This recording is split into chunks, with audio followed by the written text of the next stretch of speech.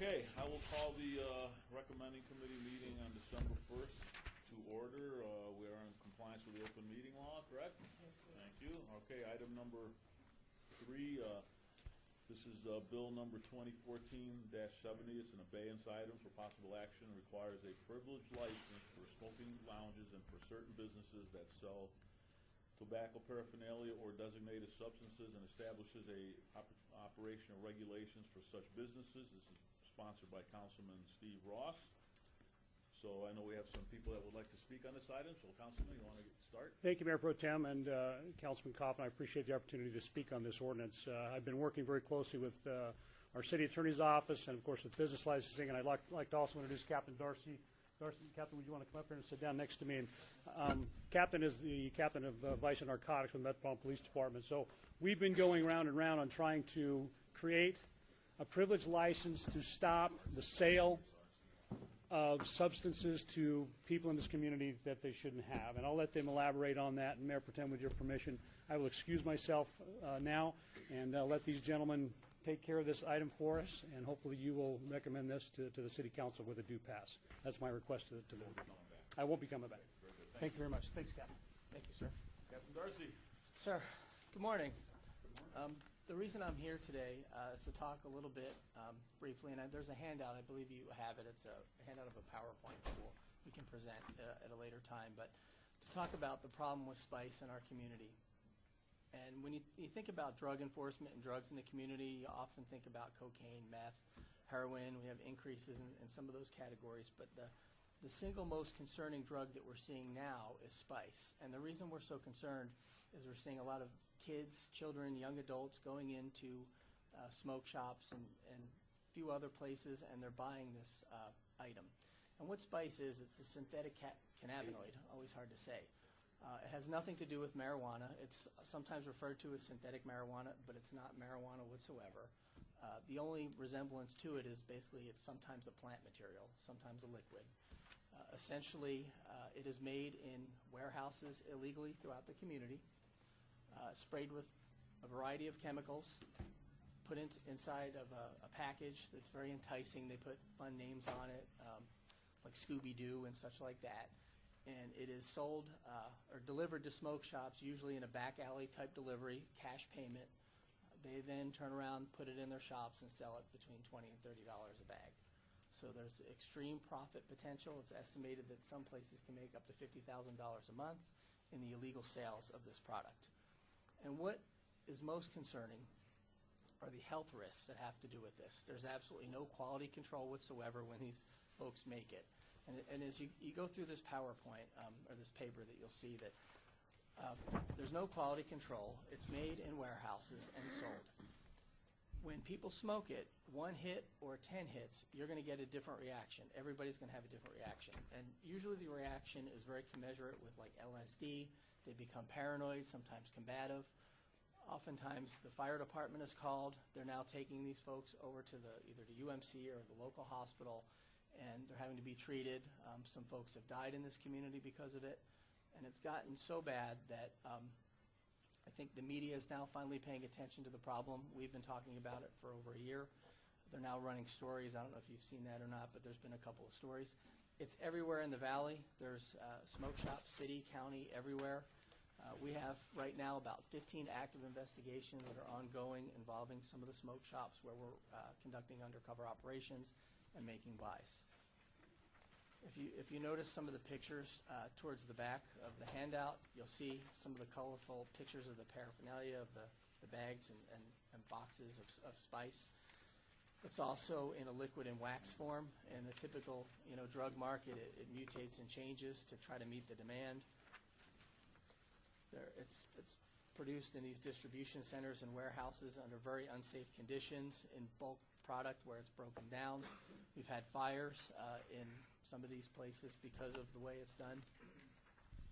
And like I said in the beginning, what's most concerning, and if you look towards it's the 2013 Southern Nevada Health District Youth Risk Survey. A random group of high school students between 9th and 12th grade were sampled, and 16% admitted to using spice or other synthetic drugs. Now that's a significant number of kids in this valley that are going into these places and buying this illicit stuff. It's not to say that every single smoke shop obviously is selling it, but there are specific numbers that are doing it, and it's profitable. And I think that's probably what's leading them to do what they're doing. So we've been conducting our operations over the last year, specifically really stringently over the last several months, trying to put cases on the folks that are doing this. And that's the challenge that we're up against at this point. So the stuff is illegal? It's illegal to sell it? There is some that's classified as illegal, and this is the challenge for us. The folks that make the drug will change a little bit of a molecular structure in the chemical compound, and that will make it legal until we go and make that one illegal. So it's a constant process of chasing as they tweak the chemicals inside the spice. But So it's analog. I can go into a smoke shop and buy this stuff, and it's a legal transaction, It's depending on what the... depending on the product. Sometimes when we go in, we'll test it, and it will come back as one of the prohibited compounds. Other times, it's not, but it's an analog or a derivative of that, where they change the chemical structure a little bit, and that's our challenge. And then we have to go and classify that as illegal. So they're always one step ahead, because they know as we start to capture the one, they'll start to do the others. And when we go in and buy, we'll make several buys. Some of it will be, some of it won't be. So have you shut down tobacco shops because of the sale of this stuff? Have you done any of that yet? We have short term, but nothing permanently. You know, we've made buys and they've shut their business down, but then they open up again. So this is directed towards businesses in the city. What about the county and North Las Vegas and Henderson, those places? Identical efforts in those jurisdictions as well. I presented to the county commission, I think it was a week or two ago, on the same problems. And it's the same, and they're looking at it as well. So they're looking at an ordinance for the county also? Correct. We're discussing that, yes. Nothing's been introduced yet over there? Not yet. So, okay, hold on. I'm sure there's other people who want to speak. Go ahead. I'll wait till anybody else wants to speak. We open up public comment. No, I don't know. Do you want us? I'm just here to help assist him. No, I'm not. Okay, we're down to public comment. If there's anyone from the public wishing to speak on this item, please come forward and state your name for the record. Seeing none? Councilman? Questions I might have. How expensive is this spice? Well, when we purchase it, it's about $20 to $30 per bag, and it's generally about a gram. They produce it. We estimate it costs about $4 for them to produce it in mass, because they produce it in, essentially they'll rent a warehouse.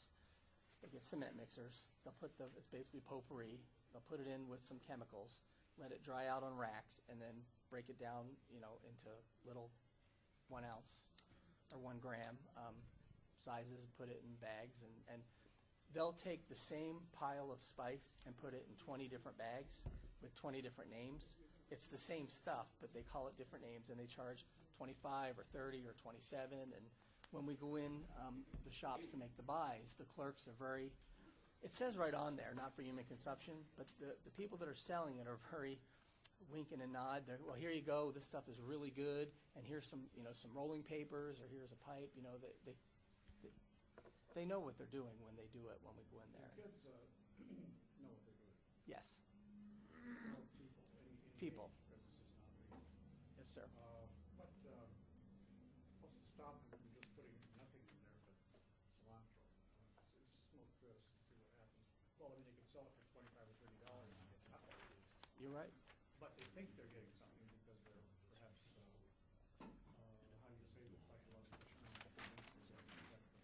Correct. Does that happen sometimes too? I don't. Essentially a fraudulent sale or something that they think they're going to do. I could see that it could happen, but we haven't seen that in the ones that we've gotten. Feel like it. You tried it, so you know what it's like. No. Yeah. No. Are you assuming he did? No. Well, I would think you would. When I was the captain of Vice Narcotics, I didn't try any of it. Yeah, we have a policy that says that I can't. Goes on that allude. If you need a taster. Yeah. I wouldn't be able to sit here if I tried it. It's like, you want to make sure that things are in fact that real. I've heard about these and I've seen the effects on people, but I don't know how they all affect people or how they all affect all people. So there must be a wide range of Yeah. symptoms. So, I have a question.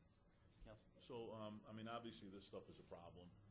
So what does this ordinance do if it's passed? What happens with this ordinance, and how does it impact the sale of spice, and how does it help these folks deal with that substance? What happens with this ordinance? The main thing it does is it makes smoke shops and smoking lounges a privileged license, which they are not now. That gives you an opportunity to, SUP? no. No, but it gives you the opportunity to look at their background as a privileged license. And then have the tools that are available for privileged license, disciplinary actions. It also is intended to be a gap filler because the city's jurisdiction is limited to misdemeanors. All those things that have already been designated as controlled substances by the state pharmacy board or by the legislature are already either felonies or gross misdemeanors. So there's no jurisdiction for us. Or what it does, at least with one substance, it talks about Divinorum or Salvinorum that has not been designated thus far as a controlled substance in the state. So it picks that up, and the idea is that potentially other things would be added as and when the pharmacy board considers a substance but decides not to designate it, then we would pick up that gap as well. So it says here, so it requires a privileged license for smoking lounges and for certain businesses that sell tobacco or designated substances. So, so if a business is selling tobacco and tobacco smoking stuff, Paraphernalia. then they would have to get a privileged license from the city. Right, it's a smoke shop is a business that has as a principal or primary activity the sale of tobacco paraphernalia, not tobacco, but tobacco paraphernalia as a defined term, Okay. or designated substances, or a business that holds itself out to the public as a business that is interested in that type of activity. So they would have to get the license, and then if they come to us and say, these guys are a big problem selling spice and they're causing problems, then we could pull their license and they would have to shut down. Okay. Councilman. I have a question. Well, if a person is a tobacco shop, such that they're really a cigar retailer, and that's what they do with a cigar. Are they gonna have to get a privileged license? I don't think so, I don't think that covers a cigar shop, does that sound right? We only have one license for smoke shops now. It does cover It all does of this, cover the cigar. smoke shops and cigar shops. They would come in and get a smoke shop license from us right now. This ordinance does not change any of their fees. It just means that they would have a certain time period to go through that background check for us. It also allows us to do civil penalties for violations of the state law. One of Metro's major concerns has been to make sure that we look at the state statute, which is NRS 453.043, which is those analogs, those derivatives of what really make up portions of spice and bath salts, and make sure that as a local government we have the ability that if they are selling those, Metro goes in and they test them, that we can take action against their license. So if and I, bring them back before you. so if I own a cigar, just a cigar store, this doesn't impact me. If you own a cigar store, you would probably have a smoke shop license from the city of Las Vegas, and yes, it would impact you. If I'm just selling cigars, No, if you just have a tobacco Yeah, I'm not- yeah. certificate, then no. I 'Cause go we have into a place and buy grocery cigars stores and and all those sorts of things. that's not affected. That's not affected. It's the head shops that we're talking about, Right. basically. Okay. Right. This also restricts the age that patrons can come in there without a parent or guardian. So it would be 18 now. One of the issues that we've noted, that our officers noted, and we've worked with Metro, is that you go into these places and it's a great hangout for teenagers. Their primary business is to sell tobacco products and tobacco paraphernalia. And you have to be a certain age to purchase those. But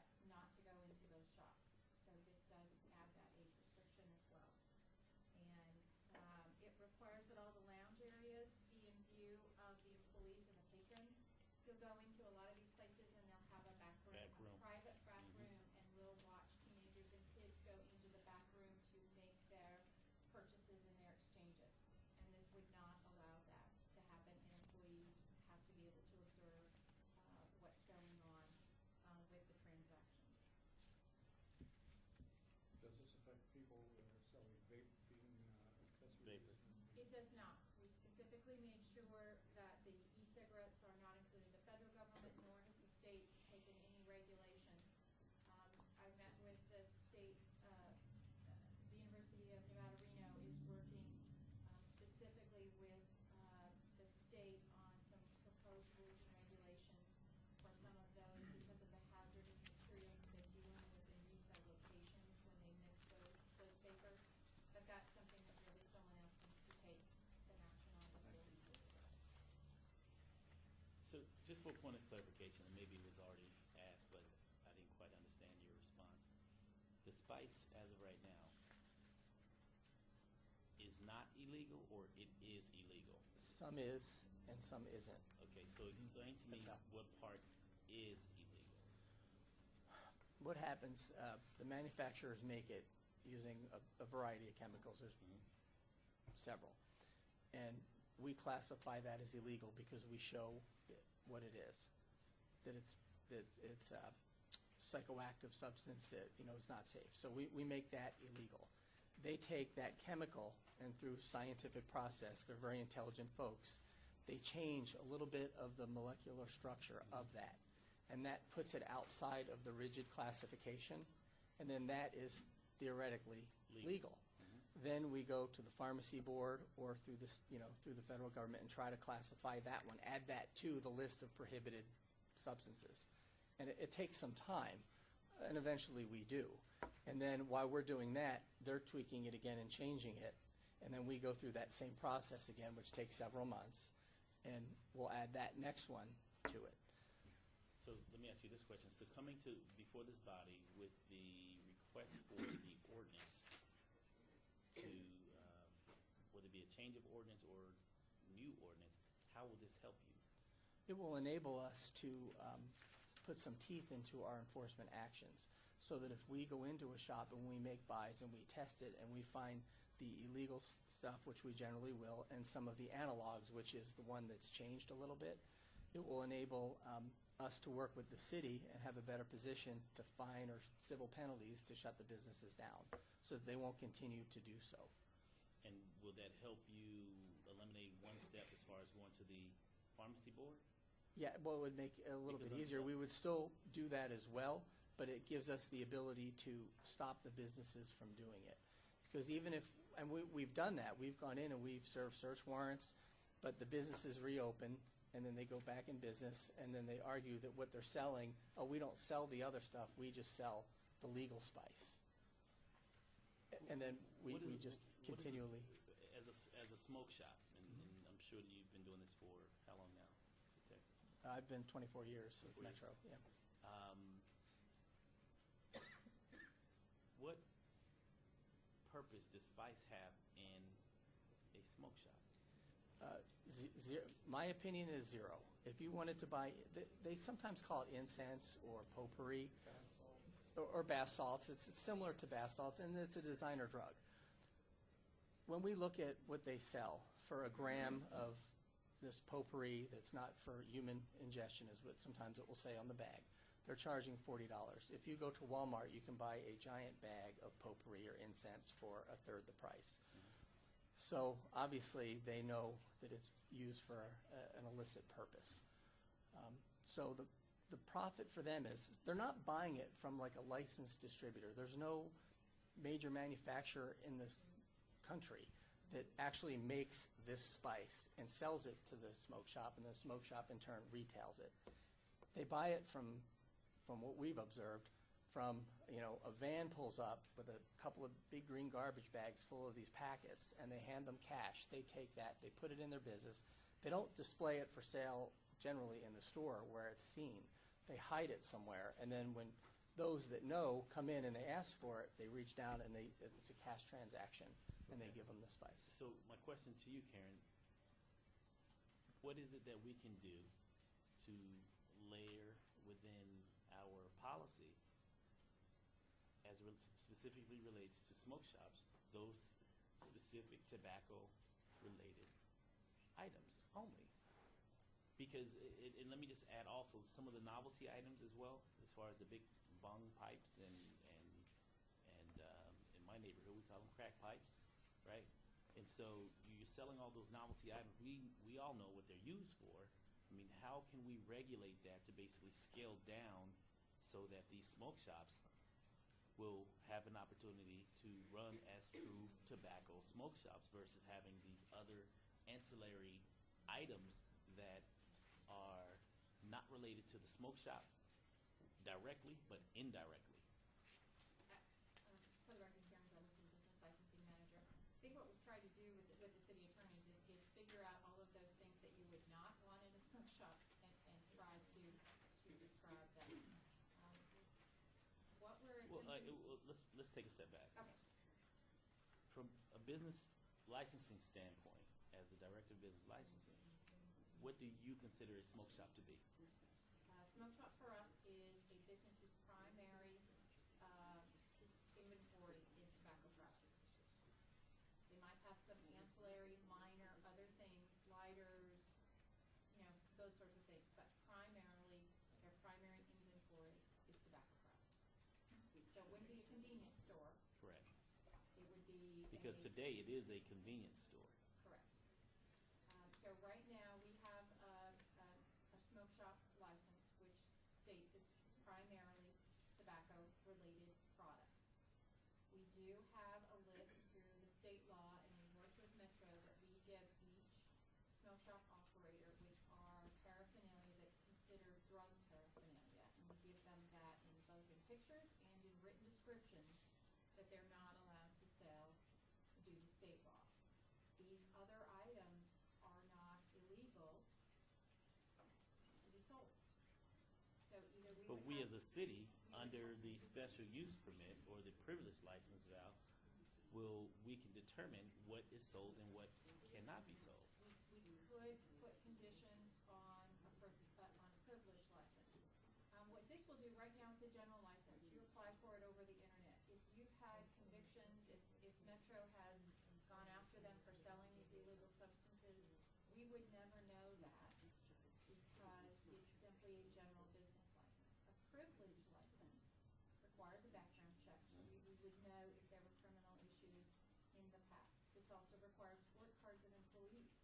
A lot of times we'll go in there and we'll meet with a business owner. They might own 10 of these places and it's one location that's having an issue and it becomes an employee issue. So it does require work cards so that we can take a look at who's in these places making those transactions. Okay. It also, with a privilege license, after that background check comes back, we go to city council, or at this level, it would be the director.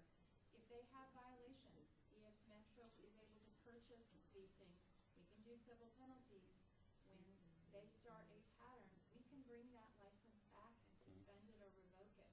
With a general business license, it would really have to be quite something to take away someone's general business license, and then they could simply reapply. They could change their corporate name or change their business name. With a privilege license, it goes to the person. The person must be found suitable, and they cannot reapply for 1 year. So that's the real difference in time. So the request today is to make this a privilege license. Correct. Okay. And Val, are we in compliance with everything in order to make this a privilege license? Yes. As far as the ordinance today, before us? Yes, I have some amendments to propose, but to answer your question, yes. And the amendments? If you're ready for those, Well, I'm going to ask Karen. Okay. We have now passed an ordinance which permits sale of medical marijuana. So we have also limited the square footage in each one of these licensed dispensaries, the amount of space that can be given paraphernalia to be used for smoking, or I don't know, maybe even eating it, I'm not quite sure. So they're already having a special, that's a special use permit, and it is a privilege license. Right. But we've told them essentially, you can only do so much in your shop, but but we haven't said you can't set up a shop down the way or next door and have all the paraphernalia you want. So I want to make sure, and what if that place also sells tobacco? I suppose that means that you could be selling, that you'd be forcing that now to have a special use, not a special use, but a Privilege license. privilege Yes, license. if they met the definition of smoke shop or lounge, Uh-huh.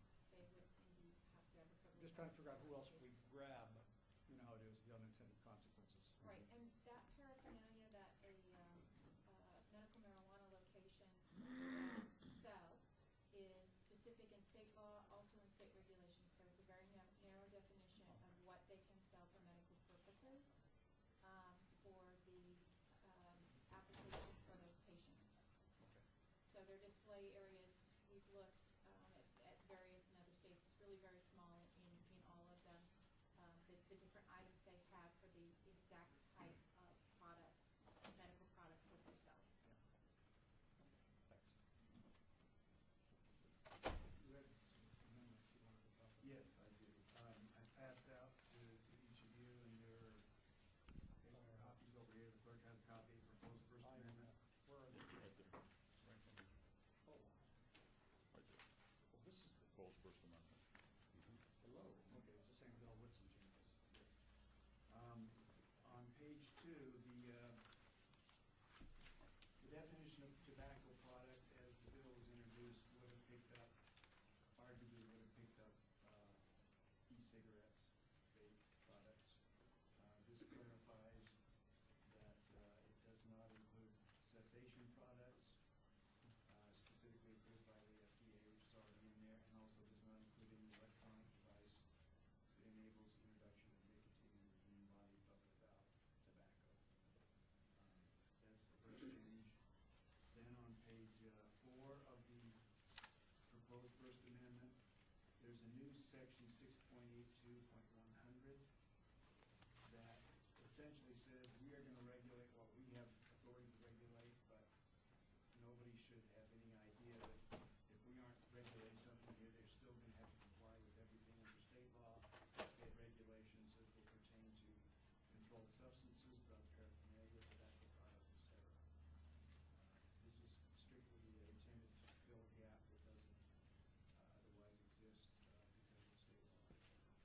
And then section 3 in the proposed First Amendment is brand new, a new section 3 that does that was left out inadvertently. It provides the opportunity for us to pursue civil violations for violations of state law and state regulations. So if one of these shops is selling one of the prohibited controlled substances or an unlawed substance, our process of civil violations could be used to proceed against them. And that the sponsors agreement with these amendments is recommended to be adopted as a First Amendment. Are there any other questions? I'll make a motion to approve of the First Amendment. Is anybody against it? With public comments closed. There's a motion on the floor. Councilman, would you repeat it, please, Mayor Pro Tem? Make a motion to pass this ordinance with the First Amendment. Okay, all in favor? Aye. So moved. Thank you all so very much. Thank you, sir. I didn't read that. Okay. Just 1 second, if you don't mind, just so that I can complete the record. And that is, this item, bill number 2014-70, is eligible for adoption at the December 17th City Council meeting. Okay? Thank you. And I'm going to move out of order real briefly, and we're going to move directly into item number 28, which is bill number 2014-98. This is for possible action amends the Las Vegas Municipal Code 6.50.040 to permit a certain type of limousine service to provide one complimentary 750 milliliter bottle of sparkling wine or champagne to passengers, and this is sponsored by Mayor Pro Tem Stavros S. Anthony. Staff? Thank you, Mr. Chairman. For the record, Karen Delson, Business Licensing Manager. What this bill does is adds to our current beer wine cooler on sale license, which is the license used for a restaurant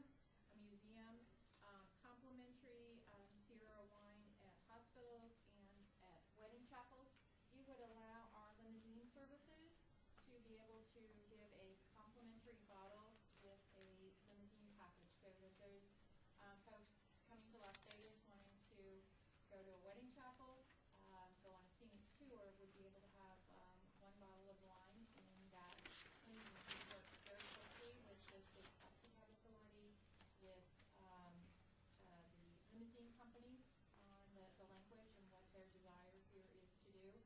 And it's in order for your approval, and I'll be glad to answer any questions. Okay. Is there anyone from the public wishing to speak on this item? If so, please come forward and state your name for the record. Seeing none? Councilman? Questions, so I don't know what the state definition of a limousine is, but would it include a bus, just being for hire? Party bus? It does Charter not, bus. Mr. Chairman, if I might, it does not include the buses. The limousine definition is 8 passenger or smaller vehicles. 8, the number 8? 8. Oh, it does say that? That's the definition that we worked with the state on. So it does not include the large party buses. Why not? What was the argument against it? There was no argument against it. There was no request for that at this time. This was a request in working with the limousine services on their advertisement, being able to work with the wedding chapels and a variety of places. We would be happy to start meeting with the party services if you would like to. A lot of them operate. I think that's something we really need to work with the county on, because they go up and down the strip, come downtown, those sorts of things. But we can definitely work with them if you'd like to see what concerns the state might have. And In the county, well, in the counting of seats, do we count anything in the front seat, or is that considered a non? state law is very specific about alcohol that's in limousines, and it must not be in the front seat. It must be divided, those sorts of things. So this would be a self-serve type option in the back seat. The driver would not be So able to. the 8-passenger limit, though, is, what I'm saying is, if you got a driver and you have a seat, or even 2 in the front seat, does that limit you then to 6 behind the driver? No, it's 8 passengers. 8 passengers? Total. Not, okay. Yeah, it's the state has different definitions for different types of vehicle classes. So we worked with them on some vehicle Now, classes. there'll be okay, so let's say 8, maybe 9 or 10 people live in the same 8-passenger vehicle. Will that be a problem? It shouldn't be a problem from our ordinance's perspective. We've just used the definition in working with the state of what they consider passenger limousines. So if they were to change that, what they allow for their classifications is what we're allowing. Karen, if I may, Councilman Jim Lewis, City Attorney's Office. What we've done here is we've called it out as a type of limousine that is licensed by the NTA. It's a traditional limousine, 8 passengers or fewer. So if that limousine has that license, it's entitled the company would be entitled to serve the alcohol under this ordinance. Well, it only allows them 1 bottle, right? Correct. That isn't going to affect behavior very much. That's the point. Well, I'm just trying to figure out why you even put a 1 bottle limit on it. You've got 6, 8 people in a bus. They want to have a party, and it's a gift, or maybe it's included in the package for the wedding, but you still have to call it a gift somehow. So calling it a gift, I don't understand why it would be limited to 1 bottle. That's good enough for a couple of people, but not good enough for 8 people. So, you can have a toast, basically. That's what it's about. 1 bottle. But I'll be darned if I can figure out why we want to put such a stringent limit on it. That's all. I'm not in the limousine, I have no interest in the limousine business or the marriage business or anything like that, but I have been married twice. I'm qualified to speak on this, and if I was to say that I wanted more than 1 bottle, I'd like it. Mayor Pro Tem? You have some, Why? the city only lets you have 1 bottle. Well, I spoke to the limo industry about this. This is what they want. This is 1 bottle, that's the package, that's all they ever have. Nobody ever asks for more. They don't want to make this complicated, so that's what their business model is. That's what they're requesting. So they pay, so if somebody, oh, I do recognize it's your bill, so then but they charge them $50 or $100 or $500 per bottle, and they take that with them. That's not gonna be any loss. Not the way- Because that's, we're only talking about the complimentary bottle. This license would allow them to have a complimentary bottle must be consumed in the Inside the limousine limousine. on that tour. So it's not, we're selling it for them to take with them other places. This is just for while you're enjoying your ride tour from the wedding chapel or your scenic view of the downtown lights for the But you've evening. got a wedding party in there, you got groomsmen and bridegroom and maids, and you have, you wanna have a party. So if they sell you a bottle or 2 or 3 extra, besides they give you one, you should be okay. Correct. This license does not allow them to sell. That would be considered off sale. This is a complimentary bottle. They're just giving them a This bottle. I license- see, you mean they're not allowed to have any alcohol in the car at all? Correct. Right now, didn't we know do that. not have any license that would allow. Oh, you I'm sorry, I to- didn't realize it. Yeah. Right, this would be the first. So it's like this goes along with the hospital.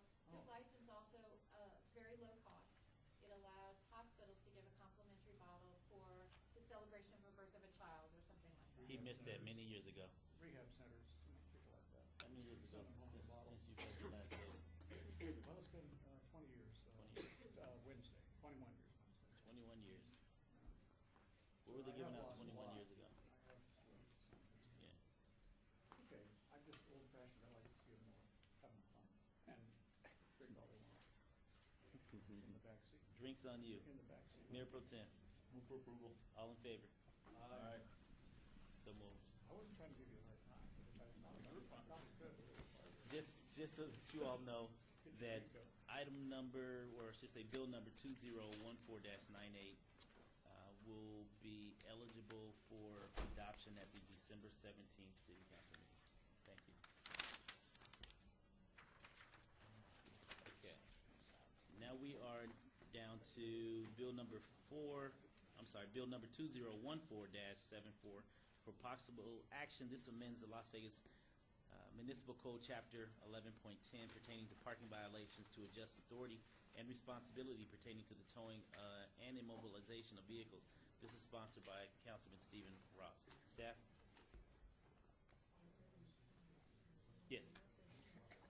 Please state your name for the record. For the record, Brandy Stanley, Parking Services Manager for the City of Las Vegas. Just briefly, this proposed ordinance is predominantly housekeeping, reflecting what our current practices are. Okay. We believe there were some changes in the state law some years back, and this is just basically catching our municipal code up to the state law. Okay. What it does is it adds economic and urban development, which is the department our division is under, to the list of those authorized to tow vehicles under the city's tow contract and under what we do for towing, which is vastly different from what happens on the private side. It also allows the city to designate the location to which vehicles are towed. Currently, that designation is reserved to Metro. This way, we can designate whatever lot we want to, even if it is what Metro already designates. This gives us some additional flexibility. And it authorizes the city's tow operator to remove an immobilization device, which is a boot, for transporting to the tow yard, reapplying it at the tow yard, and removing it when the citation fees have been paid to the city. And basically, that is pretty much what happens now, except we wanted to make sure that it was in a municipal code, so it's in line with state law. Okay. Anyone from the public wishing to speak on this item? If so, please come forward and state your name for the record. Seeing none? Councilman? Question? I want to make sure, so we're essentially setting it up to go to bid. Is that what it looks like? To be in partnership with one or more towing companies? That's correct, Councilman. And we want to, have we set a limit on the amount to be charged? Are we partners to the extent of no limits, or are we partners to the extent of a maximum? Once the request for proposals gets released, basically the partnership, if you'd like to call it, with the tow company would only apply if a vehicle is taken possession of under state laws by the tow operator. So for the tow fees that are incurred that the customer pays, there is no split, nor is that permitted in state law. So we would be choosing somebody really enforcing on our lots, or the lots No. What we would be doing is, basically what we've been doing is the same thing that we're planning on doing. We have been using Metro's contract and piggybacking off of their tow contract. The intent is for us to issue a request for proposal so we have our own tow contractor instead of being under the Metro contract. One of the things that we would like to add into that is, should the tow operator take possession of a vehicle because it has not been claimed, we would like the opportunity to recoup some of the costs involved in our staff time and D&E staff time to tow vehicles by doing some sort of revenue split on the proceeds of a vehicle that is taken possession of by the tow company. And if I'm not mistaken, then the state law will take precedence over any fees that this person would be charging, or that does charge now, like under Metro's tow contract. That's correct. The state law, the tow industry is highly regulated, including fees, and that No, does not they change. don't really regulate it very well. We have all these road towers around town that just killing people. So what enforcement do we have? And can we go into enforcement beyond our powers that the state doesn't use? I have to defer to the city attorney, but we have very, very specific rules, both under the state law and our municipal code, and under what circumstances we can tow, and they're far more restrictive than those applying to the private sector. Well, we aren't going to be regulating any tow company ever, but to the extent that we have a contract with them, we can specify in that contract what they can do. So we'll ask for the, they will propose a towing fee, and maybe it'll be the same kind of fee as everybody else with the tow position. Like we did. Any additional questions? No. Okay, I entertain a motion. Move for approval. All in favor? Aye. So move.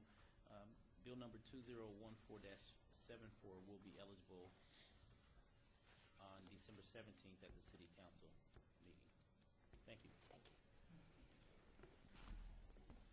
Bill number 2014-75 for possible action, annexation number 56312, property location South Centennial Parkway, east and west of Alpine Ridge Way, petitioned by D.R. Horton, acreage 31.07 acres. This is zone RD, county zoning, R1 city equivalent. This is sponsored by Councilman Ross. Staff? Thank you. Mr. Chairman, Yeah. members of the recommending committee, for the record, Tom Perry, acting planning director. Would you like me just to say a few comments regarding all of the annexations? Please. So for many decades now, the city has required, as a condition of getting city sewer service, that property owners annex into the city. Over the years, we've annexed tens of thousands of properties under this rule. In some cases, however, the property is not eligible to be annexed at the time that they want city sewer. They're not contiguous to the city. And so what we do is, rather than saying no to city sewer service, we say, yes, you can have city sewer service, provided that you sign a petition to annex at such time that your property becomes eligible to be annexed to the city. So at this time, we have a number of properties who have signed these petitions, property owners have signed these petitions, and now they are contiguous to the city. They're eligible to be annexed, and so we're going through and beginning to annex these properties to the city. Just like we do every day with properties that are currently contiguous and they get city sewer service, they annex in at that time. So it's sort of a delayed action that allows them to build at the time that they desire to develop and also get city sewer. So we have about 113 properties with this current action, about 250 total that have signed petition to annex that will be working through the process. We did send out by certified mail a notice to every property owner, letting them know that we were going to have meetings with them. Mr. Rankin and I attended those meetings in order to answer questions. It's not what we normally do, but we wanted, because we had a suspicion this might be a surprise to some property owners, even though these are recorded documents. We wanted to be able to provide answers to questions as best we could prior to them coming to this meeting, and let them know what the process is. So that's where we are today, and these are the first round, I suppose, of annexation that meet those criteria. Petition to annex, and they're now eligible to be annexed. A lot of the property owners we met with, this was a surprise to them. As you can imagine, they weren't always told when they could purchase property. So we gave them, again, as best we could, the information to answer the questions that they had at that time.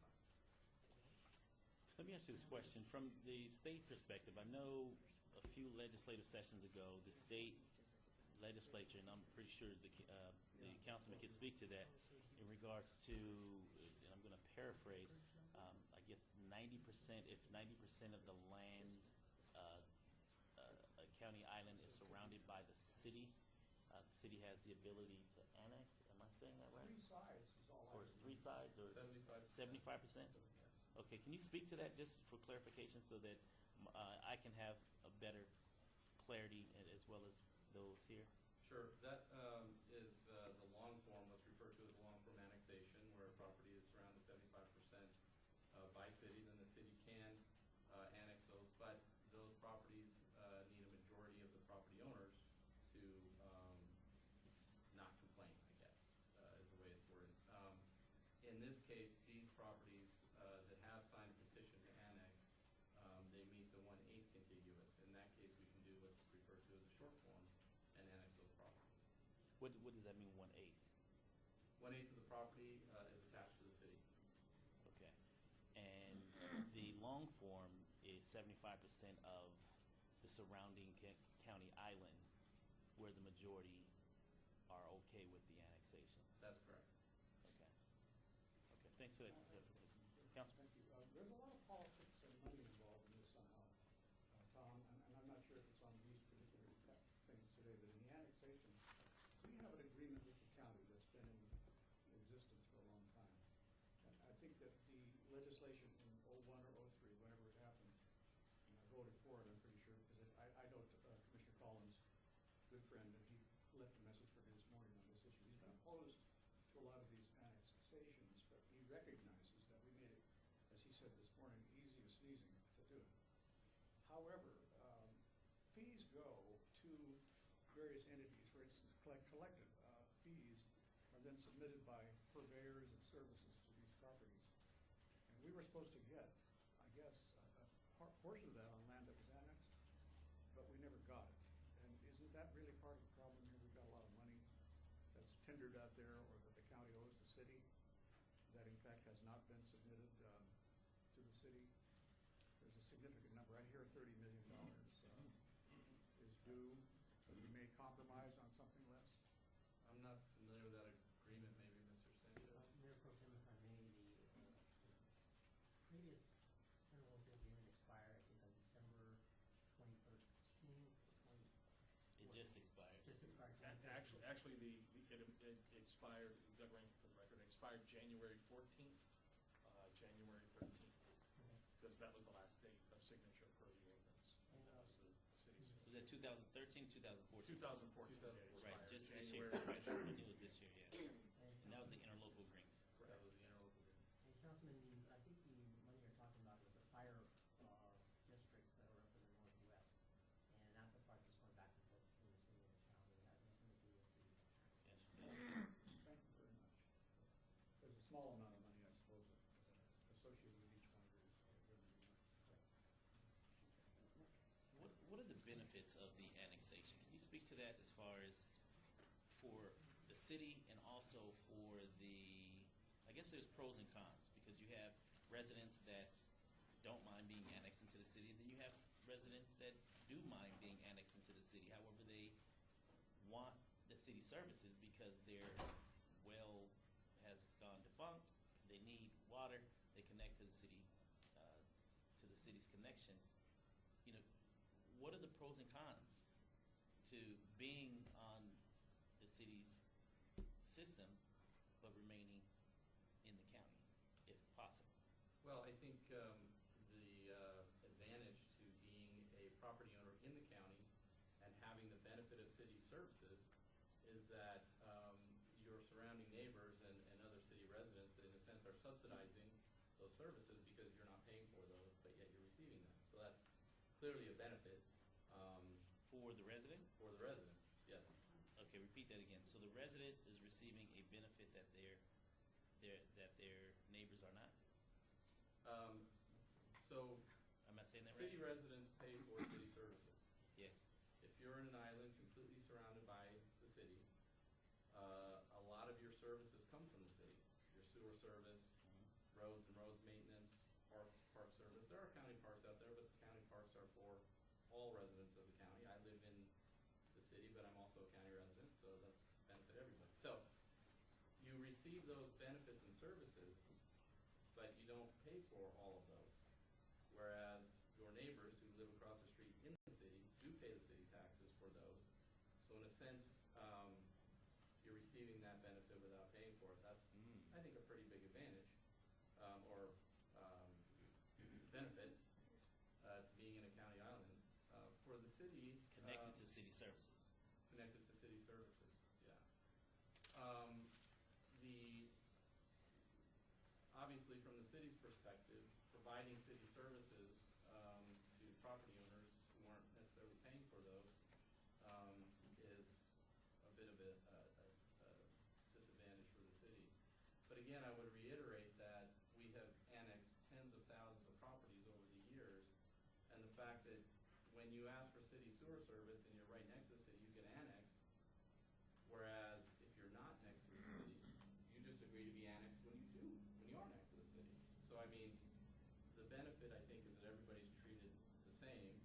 The benefit also to a person in the county island who's not next to the city is that they can get their city sewer service, and the property can be developed. And so that's where we are today with a lot of these properties. They are now eligible to be annexed, just like all the annexations we do all year long for people who happen to be next to the city and want city sewer service. Okay. All right. Well, thank you. I'm going to open up public comment. At this time, anyone from the public wishing to speak on this item, please come forward and state your name for the record. Please come forward, state your name for the record. Be happy to hear from you. And you're going to address the Centennial Parkway? Yes, sir. Okay, great. Good morning. Good morning. For the record, my name is Timothy O'Brien, and I live at 6277 Galileo Drive in the Constellation Estates. I want to thank the recommending committee for giving me the opportunity to come and speak to you this morning. I'm here this morning representing homeowners within the Constellation Estates in order to officially protest annexation petition number ANX-56312. At the end of my presentation, I'll present to the committee copies of 42 letters signed by homeowners within our subdivision.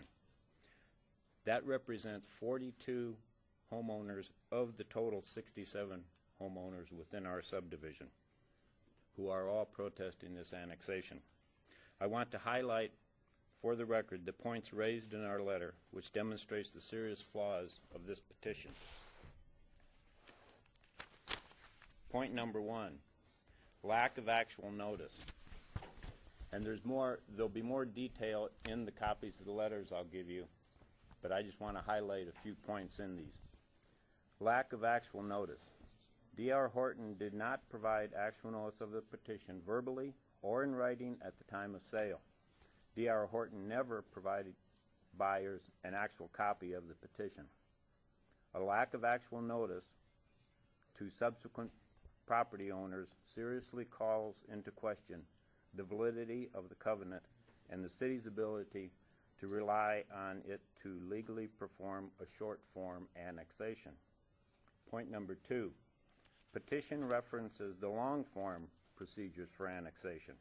The petition does not state that it is pursuant solely to NRS 268.597. Instead, the petition states that it is pursuant to NRS 268.570 through 268.608 inclusive, which is also known as long-form annexation. Pardon me? I'd like to have a copy. Yeah, I'm going to provide you copies of the letters. Now. Now? Okay. Well, at least give them to our staff so we can get Right. Okay. a copy of your remarks. After you give them Oh, a this too? copy.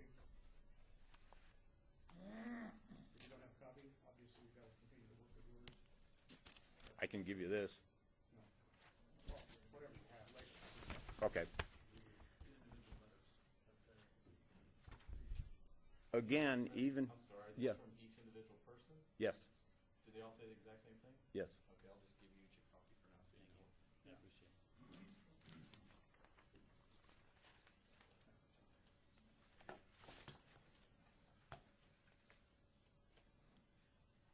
Please continue. Okay. Sorry for the interruption. That's okay. Again, we're dealing with the point petition references the long-form procedures for annexation, which I already stated in the petition itself.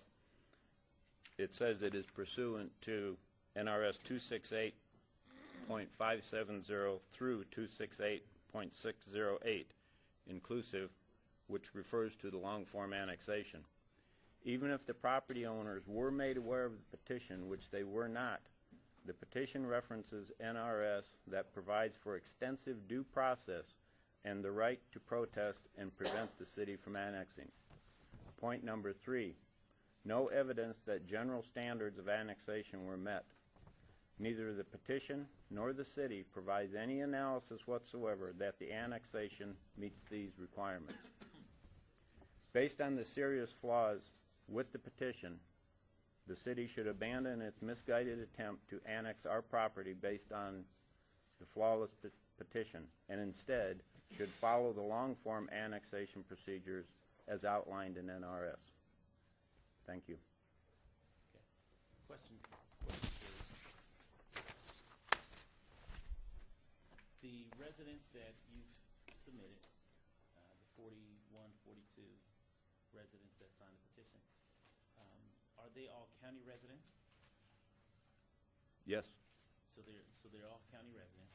the whole subdivision's in the county. Okay, just for point of clarification and make sure we have everything on the record for both of our sake. With that, the opposition that you've laid out in regards to not wanting to be annexed, or was it the process that the city took that the opposition has occurred? The overall opposition is we don't want to be annexed, but we feel the petition that was filed that we were not made aware of until this came out was flawed in that, based on that, it was being filed pursuant to the long-form annexation requirements.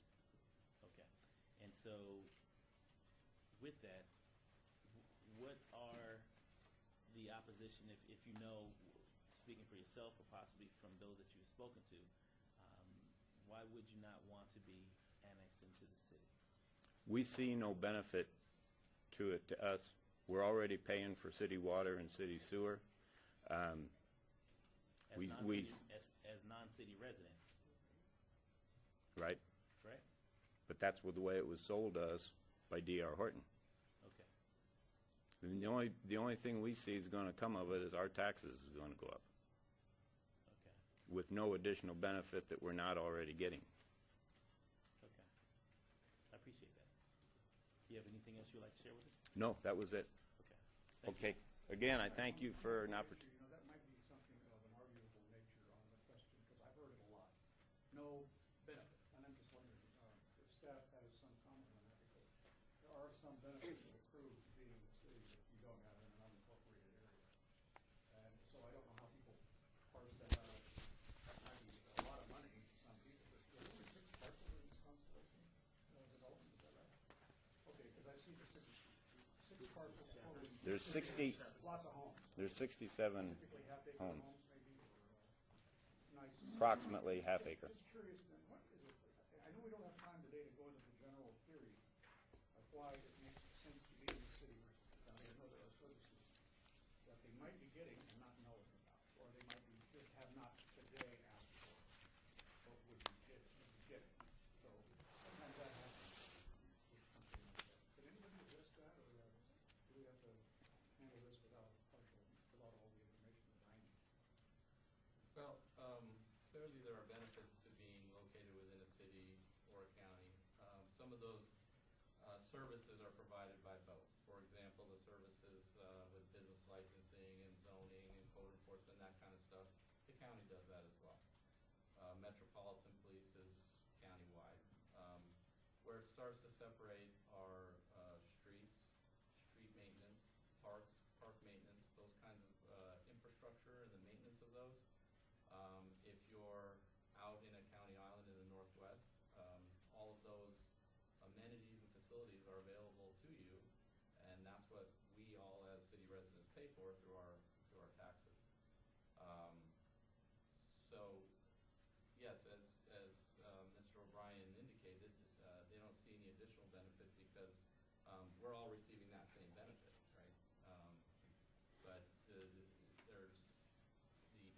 overall bonding for all that infrastructure that we all pay for through our property taxes let's just call it the package of infrastructure that we receive and that we enjoy as city residents that helps maintain our property values, having that assurance that we're going to have well-maintained, well-developed infrastructure to support our property.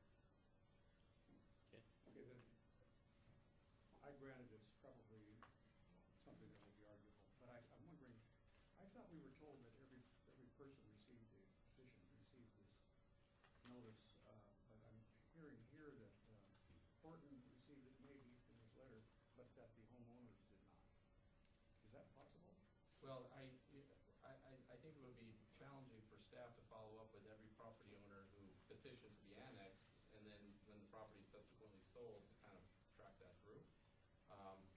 I don't know what D.R. Horton did or did not disclose to the homeowners when they purchased the property. The other benefit, Councilman, as you talked about earlier, and Mr. Sanchez talked about, is fire services, where the city has fire stations and provides fire services out there. Currently, residents in that tax district who live in a county island are paying their fire taxes to the county. So that's I think a pretty big benefit of having fire service, and that is one that upon annexation, that money comes to the city to provide that service. Okay. Mayor Vincent?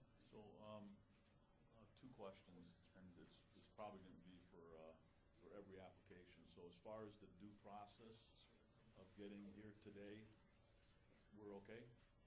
We're following, the process to be where we are today, Val? Yes, We are. we have followed the process. I'd be happy to discuss the individual items that Mr. O'Brien Yes, yes, sir. brought up or not. Yes, I would like that. Sure. Okay. As to the actual notice, again, as Tom, as Mr. Farrago said, we don't know what D.R. Horton did or didn't do. You would hope that anytime anybody sells property, they would always disclose every conceivable thing to a buyer.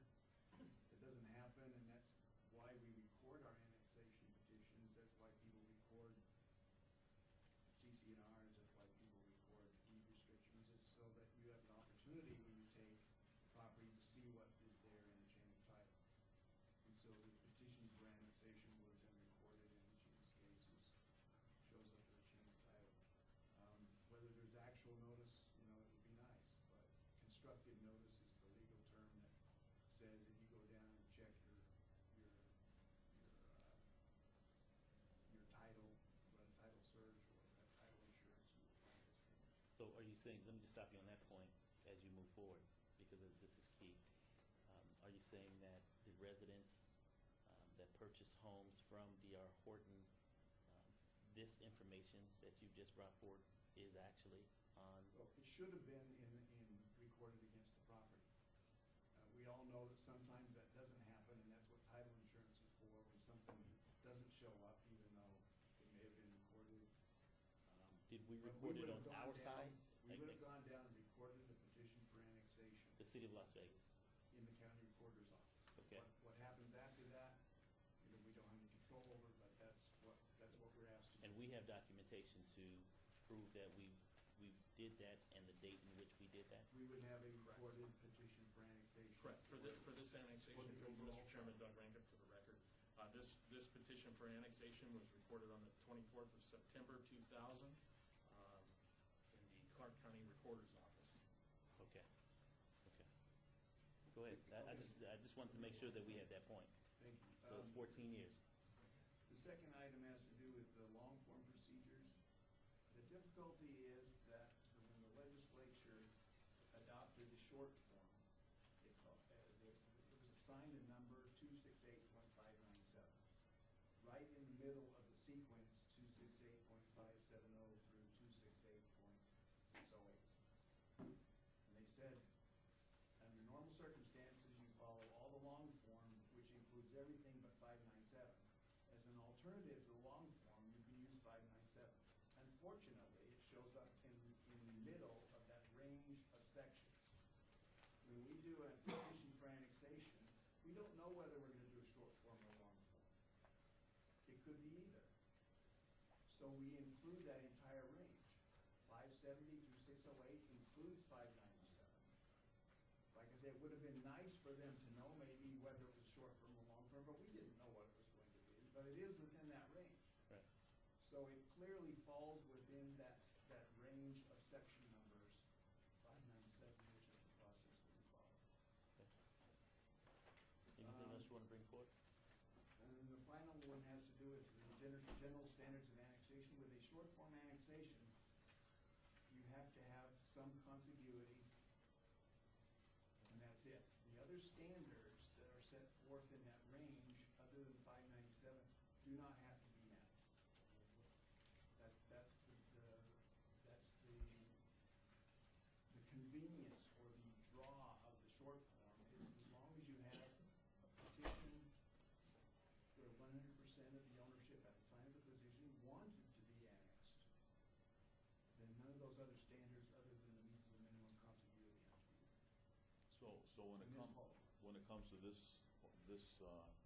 particular ordinance and for the rest of them that we talk about, it's your opinion that we're following the law, due process is being followed, there's no issue there, and you're saying there is a petition on file to be annexed into the city? Yes. That's correct, okay. So there is no legal issue here. It can certainly be raised by anybody who wants to challenge it, but I think we're on good In your opinion, we're in good shape legally? Okay. Sounds like you have a problem with D.R. Horton. Well, but the point I would like to, Your name for the record, please. Timothy O'Brien. Thank you. The point I would like to make in response to Mr. Steed's comments, to me, the overriding one is the fact that when the petition was filed, it included the whole section dealing with annexation, including the long form. D.R. Horton bought the whole property. They didn't care whether it went to the city or not. They just cared about selling the houses. That's correct.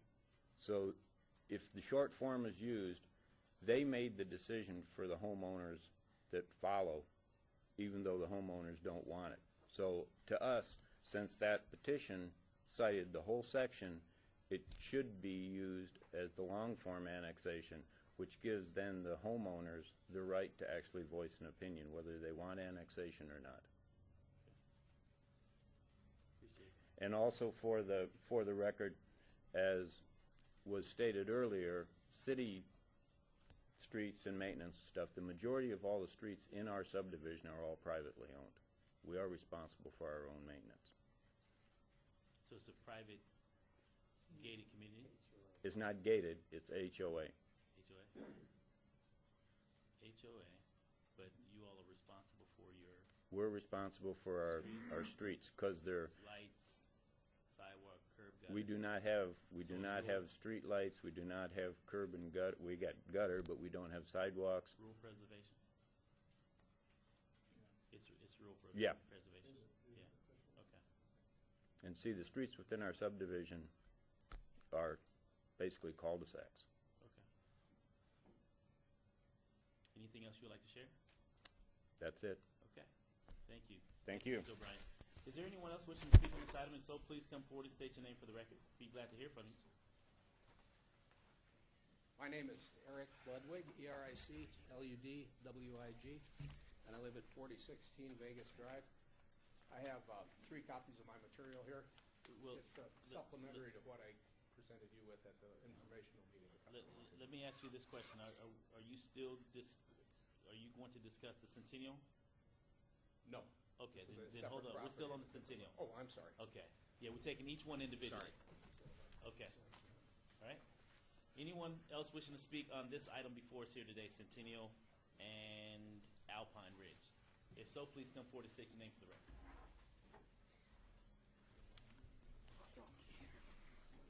Yes. How Good are you? morning. Good morning. Sharon Linsenbart, Las Vegas, Nevada. Please come forward. Come forward. I'll let her finish. I know, but you can sit here in the process. That way we can move. It's good. It was Lisa? Sharon Sharon? Linsenbart, Oh, Linsenberg. Okay, Las Sharon. Vegas, Nevada. Thank you. County resident of 66 years. I disagree with several of the things that Tom has suggested here, where he says that parks are utilized by only county parks and city parks, and county residents use city parks, and that should be a criteria for judgment here. City residents utilize county parks every day. That certainly shouldn't come into the mix here. Several of the county parks out at the northwest area are just that, county parks. Most of them are county. And the ones that are city were annexed in a process, but most of the parks that are annexed for development purposes are usually utilized by the folks that live right around that park that the developer developed. The county parks are certainly utilized by city people. So when you argue that we gain a benefit by being into city parks, having been on my property for over 50 years and been a resident here, I again venture to argue that every single time I've called the city for help on my side of the street, it is not there. They say call the county. I'm in the county. I'm a county resident. County ends at the center of street, and city is on the other side. In your personal property, is it a part of the annexation? No. I am a county resident opposing the annexation of these people and everybody else down the line with this process. I support them in their request because of NRS statutes that they are able to effectively protest with the majority of the residents. NRS states that. In NRS 704, there are statutes that say that you must supply us, and I again disagree with him that says we don't pay. Every county resident that opposes annexation, more than happy to pay to hook up, more than happy to pay the fee to stay on, and most of us that have wells, if we are in the county at this time, with the well statutes, and we evidently, if we can't keep our wells and we have to go on city water, there's a whole long myriad of information to force us off of our wells. But if we ever did have to go on to city water, more than happy to pay to hook up and pay the fees. So when he says we gain benefit, personally, in my 66 years, I've never had a fire truck, I've never had an ambulance, and every time I've called the city, I've been refused service because I am in the county, and I have called. Are you saying you refuse service from a public safety? No. What services are you referencing? Because you mentioned fire, or that you never had Oh, okay, fire. let's talk about fire. Across the street, the D.R. Horton project. I just want to just be clear for the record. You mentioned something in relation that you never had a fire, and in the same breath mentioned that you were refused services by the city. So I want to make Correct. sure that you're not talking about fire services. I will explain that. Okay, please. Across the street was the old Gilcrease Orchard. Yes. It was not a virgin desert. A virgin desert has a mesquite bush and a little tamarack tree and a few little scrub, and it's mostly undeveloped dirt. It does not grow the enormously huge tumbleweeds as big as this room because it was the orchard. It was fertile land. It was leveled. And all of that stuff under rain and under constant, the tumbleweeds grew bigger than this room. I complained. I said I could not get out my gate. They were above my cars. They were surrounding me. I could not get out my house. I could not move. And the product was coming from a city side of the street. Gotcha. I tried to interact with it because it was a horrible fire hazard, not to mention a complete and utter I had to pay hundreds and hundreds of dollars for cleanup, constant cleanup. And when I worked with the city, says, come on out here, make those people clean up their property. And I was constantly told by the city over and over, it's a desert. We can't control the desert. So they came out and did a little thing about 10 feet on the inside. And I said, well, leave the fence. That barbed wire fence will at least catch them. Well, they just traveled. I cannot express to you how many tumbleweeds were in my yard constantly because of that product. And the fire was horrible. So when I say you refused me fire service, you didn't refuse me fire service. You refused me services to clean up the mess that the city was creating that came over on the county side. And the answer I got was, I'm sorry, the tumbleweeds are now on the county side. Call the county. And I said, are you guys crazy? No, come and clean up this lot. So I could go on with several after 50 years of being on that street. My street has been torn up now for over a year with Grand Teton. And I could go on and on and on about how the city itself created the flood. I could certainly do that. The flood did not need to occur. I've been there 50 years. And I, again, worked with the city and tried to explain to them what they needed to do to allow the water to pass. Fell on deaf ears, constant argument, over and over and over. So you guys put a berm in the middle of the flood channel and then wondered why the water split and went on everybody's property. So we want to make sure that it ties into the annexation as to why we're here. Annexation, city services. What city services do any of us county residents get that are applied to us if we don't annex? And I worked 15 years. I attended every single city meeting. I attended every single county meeting. I attended every single meeting to effectuate the interlocal agreement. Right. Why did it stop? We worked for years, and if this gentleman says that there was an annexation agreement in 2000, 2001, how could that happen when all the RNP properties were in the accepted area? I, too, was in the accepted area because I was very, very vocal in the language that created the interlocal agreement, that created the Lone Mountain land use. I initiated so much of that language. Okay. I was in the accepted area. Then let's get the question answered. As far as why did how'd that happen? Stop? Do we have an answer? Well, when the annexation was adopted by both the county and the city, there was an expiration date, and it expired. Okay, so it had a sunset. Yes. Okay. It went on 3 times. Why did the 4th time it stop? What effectuated the stop of the interlocal?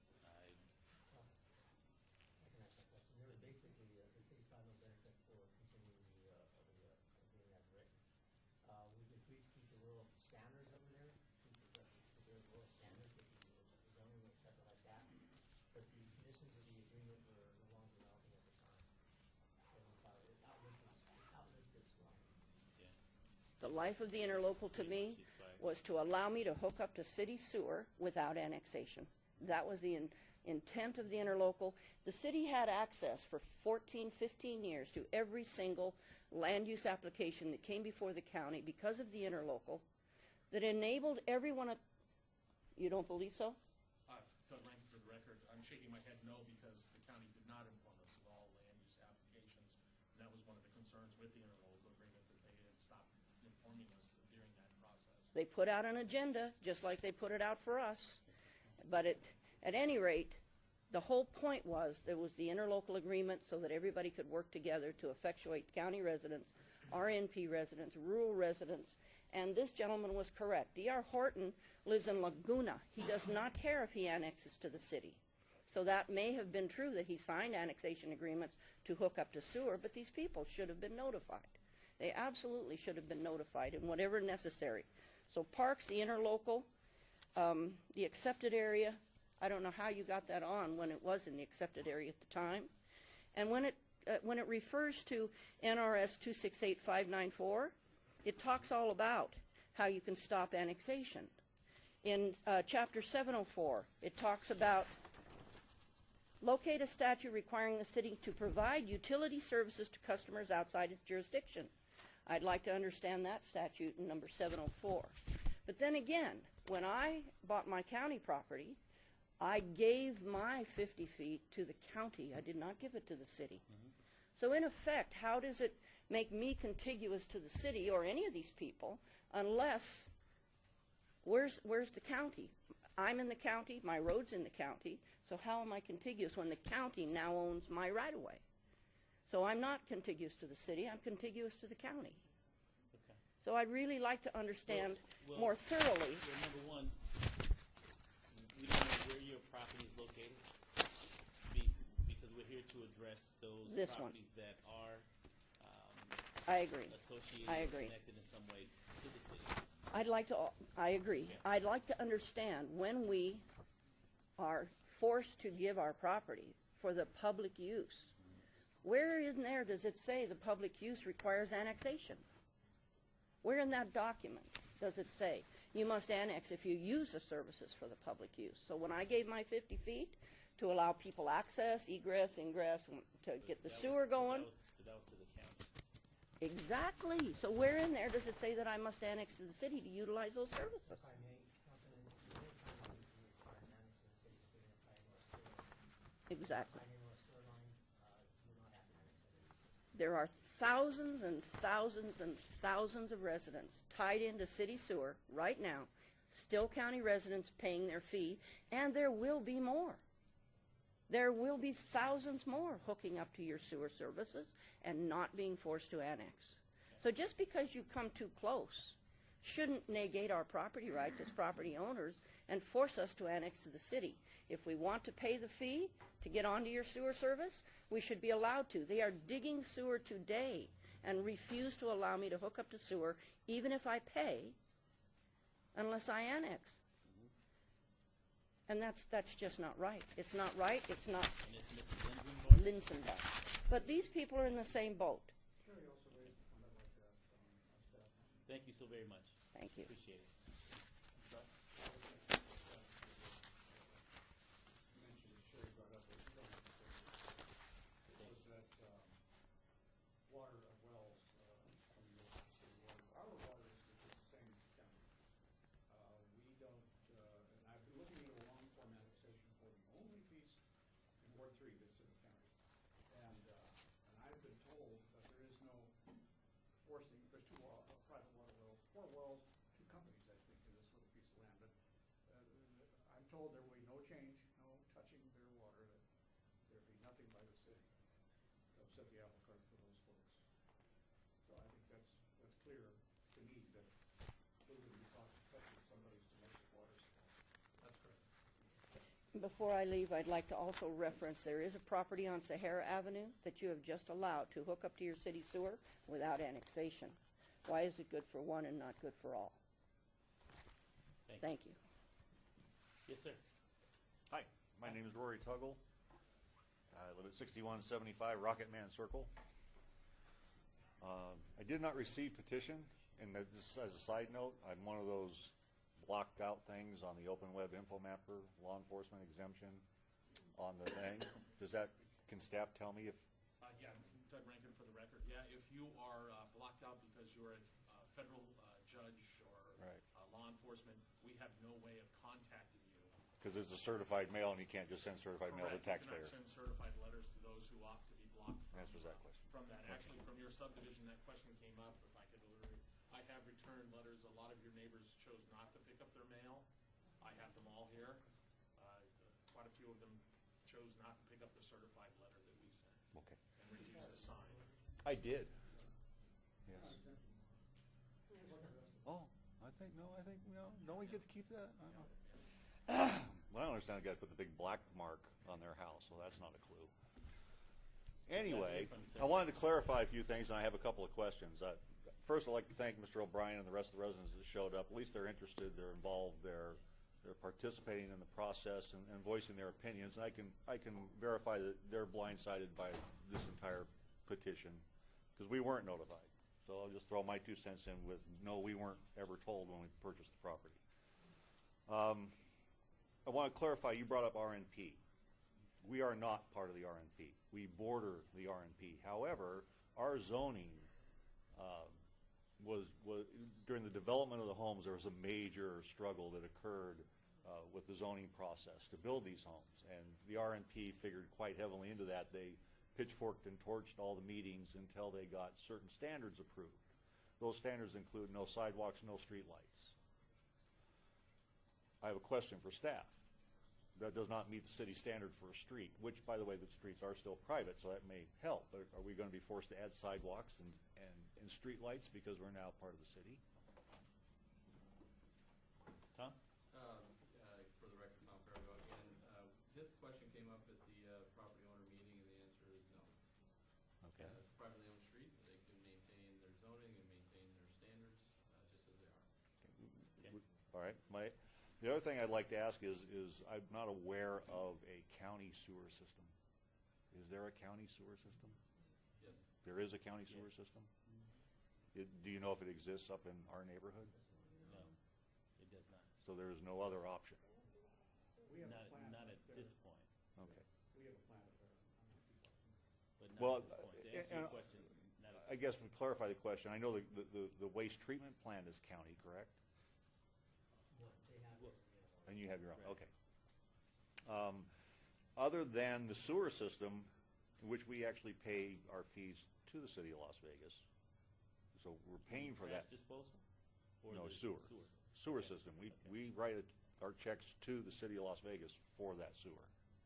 So I think it's unfair to say we're not paying for a service we're So receiving. you're connected to the city. We're connected to the city sewer. And in reading the petition that somebody else provided me from their letter, D.R. Horton connected to that sewer system in exchange for filing the annexation papers. So that was a deal created from D.R. Horton so that they could connect to your city sewer.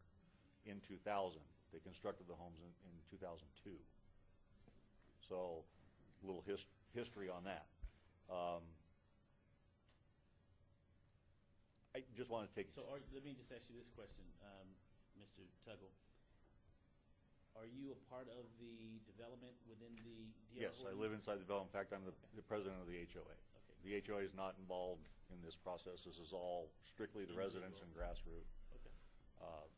And I can't get 42 out of 67 homes at an HOA meeting. So they tell you kind of how they feel about this, because they went door to door and asked people to sign this letter. How many total homes are within the 67. 67 and 40? Two of them 42 signed the document.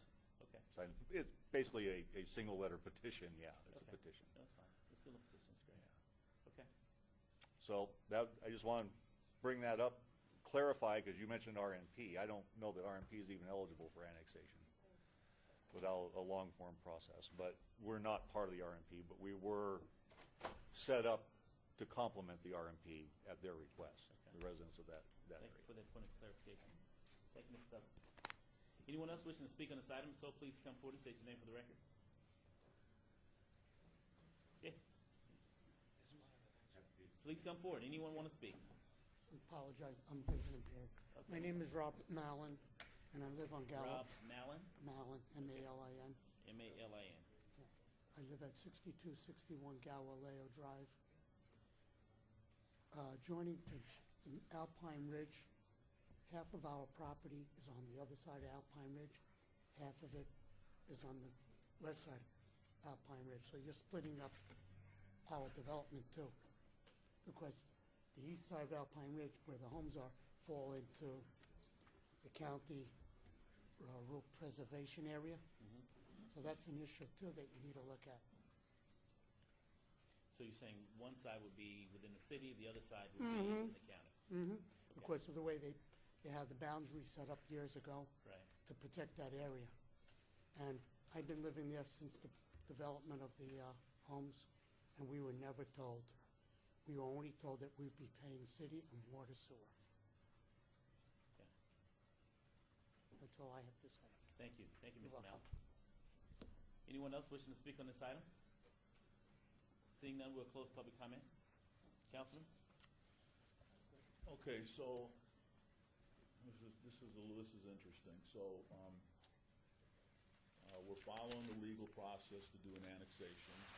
We have the petition from the home builder, right, D.R. Horton, to annex in, and the folks that live there don't want to be in the city of Las Vegas. The reason why they're being annexed technically is because they're hooked up to city sewer, right? And that's the kind of start of the conversation.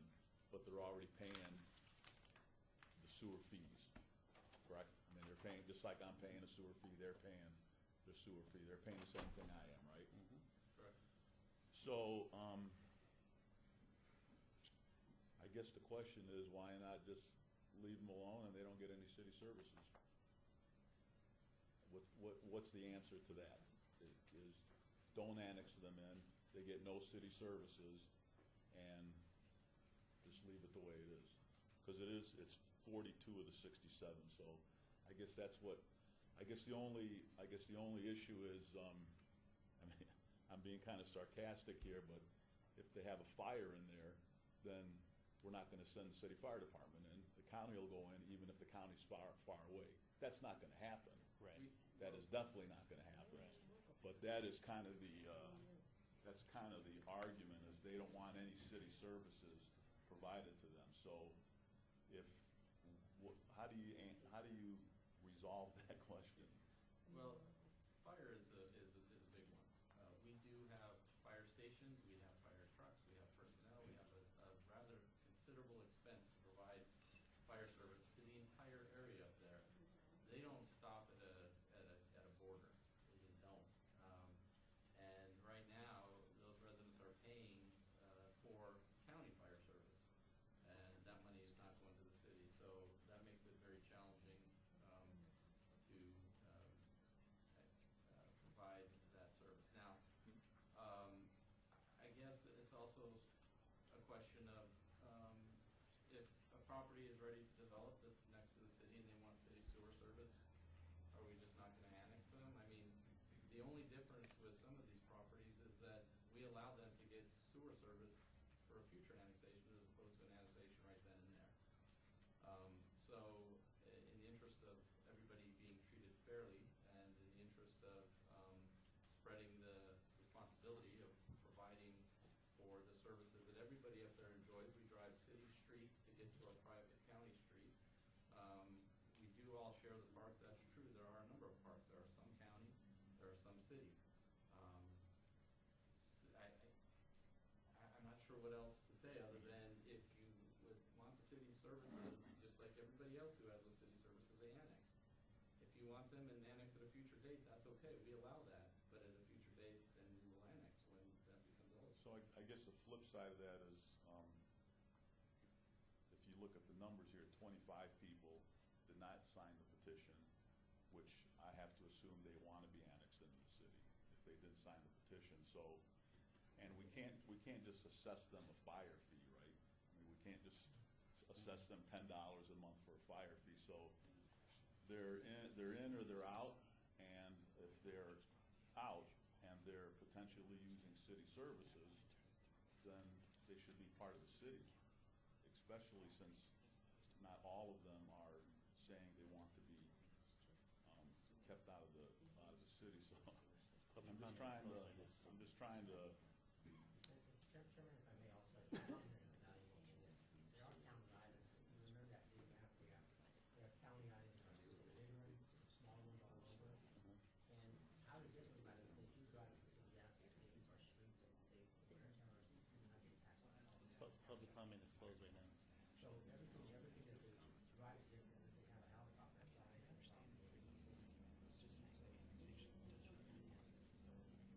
we pay for it as a city resident, Wayne County, for your parks, we pay for it as well, just comes out of our county taxes. We don't just pay city tax, we pay city county taxes, everything else, on top of our city taxes. So I think it's a heritage issue with the individuals that are paying city taxes that are across the street that annex the village because it was part of our annexation process, not annexing them like they are right now with these other individuals. They annex them immediately. But the individuals that signed, maybe not immediately, but DR Horton, they signed that petition that they want annexed into the city. And I guess we're just trying to fulfill the agreement that we entered into in 2000 with all the people that signed the agreement, just honoring the agreements that were entered into with the city. And who all signed them in 2000, 2002? Well, at the time, D.R. Horton was the property owner. Once again, as I ran through for the record, in order for D.R. Horton to build the homes that these people, the residents live in, they needed city sewer. They needed sewer. There was no county sewer. There was city sewer. Cities grow by annexation. The city of Las Vegas has grown from its original inception in 1911 to the size it is today by annexation. That was the only way we are able to grow is by annexation. And as part of that, we provide services, including city sewer, that become part of that. So as the city grows throughout its time, and once again, we can't create city islands. So within the county islands, we can't create a city island. That's not allowed by state law. So rather than stop development until such time as you become continuous with the city has provided city sewer throughout the county islands at the request of property owners. And as part of that, they sign an agreement to enter into the city at time they're eligible to become part of it. Since we have to be continuous, we can't create city islands. And at this point, we're processing those. There was a delay during the interlocal agreement. There were delays during that time that we would not annex those that didn't want to be annexed, but at that time, but the agreement said they could be annexed later. And that was what what the interlocal agreement said, while it was in effect, that you would still get annexed, you just wouldn't get annexed today. And that's where we are today, now That annexing has expired. that delay. And with this group of annexations, there will then be another round of annexations that come forward, that now other properties are now eligible. In Ward 5, there are properties on Smith Street that have had city sewer since 1978 that weren't part of the interlocal agreement, ever. They weren't in an accepted area. They weren't subject to that agreement between the county and the city. But we're now annexing them. And we have one property on Smith Street, and the next time there'll be two, and then there'll be three. So because of this. And that's how the city grows. So that because of this contiguous definition and the continued annexation, these folks are gonna need city services. I mean, it's just gonna be the nature of where they live. The fire department's gonna Correct, go out correct. there, the city's gonna be involved, and they should pay the fair share just like everybody else. Correct. Currently, city residents are subsidizing their property taxes, with their property taxes, the county island properties with their, so the city taxpayers subsidize their services at this time by providing the roads and the fire departments and everything else. Animal control. Animal control and all those others are being subsidized by city services, by city taxpayers. And Chairman, if I may, also, if it continues the way it is right now, the town had to continue to expand because of the annexing. If you're not annexing, you're going to allow, whatever you actually take today, saying that they're allowed to tie into the sewer, city sewer, they'll continue to expand their items within the city limits. And that should have a decision if you want to continue with that or not. In addition, I'm sure when you. And you said expand because as more wells come offline, they'll be connected to the city sewage system, which People tie into our expands. sewer system, correct. Right, They'll just set on a waiver saying that they can tie into it, but not annex into the city. right. So these notices continue to get larger and larger. Gotcha. In addition, I'm sure when you close on a house, you have about 100 pages of closing documents, and I haven't read any of the closing documents. Not sure if those included in the closing documents, but when I closed my house 20 years ago, the case may be, I remember just setting up and reading through all those documents. It was, literally, Fine print. this mountain of pages that you sign and initial saying that you acknowledge. If they've done that, I did not. Okay, I appreciate it. Any final comments from staff before we move forward? Okay. Councilman? I will make a motion to approve bill number 2014-75. All in favor? Aye. Aye, so moved. This item will be brought forward to the city council on December 3rd, 2 days from now. So you all will have an opportunity to come, will this won't be a public, public discussion, right? This is a religious city clerk. Okay. These are not public hearing items. That be the discretion of the mayor and council. Okay, so if there's any opposition, you may feel free to come to the city council meeting 2 days from now. And during the public comment section up front, request from the mayor, should you choose, to comment on bill number 2014-75. Okay? All right, thank you all. We're coming down. Thank you. Now we're down to bill number 2014-76 for possible action and annexation, 56313, property location 9455 through 9485 West Centennial Parkway. Petition by David Mulkey, 1987 Living Trust, predecessor in interest to current owners, acres 2.53 acres, zone RE, county zoning RD, city equivalent. This is sponsored by Councilman Ross. Staff? Same comments as before, Mr. Chairman. Everything is in order. Okay. We'll open it up to public comment. Anyone from the public wishing to speak on this item, please come forward and state your name for the record. Seeing none. Councilman, move for approval. All in favor? Aye. Aye. So moved. This will be heard at the December 3rd City Council meeting.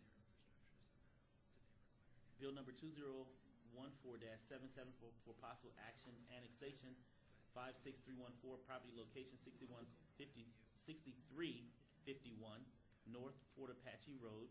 Petition by Las Vegas LTC Properties, LLC, acres 5.05 acres. acres, Zone RE, city equivalent, sponsored by Councilman Ross. Staff?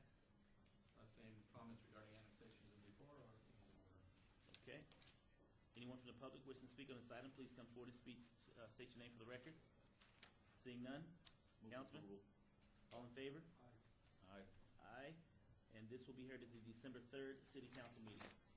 Bill number 2014-78 for possible action, annexation 56315, property location 5641 Roland Avenue, petition by Richard and Linda Stedman, acreage 0.99 acres, RE County, RE equivalent city. Councilman Ross. Staff? Same comments as before, Mr. Chairman, everything is in order. Okay.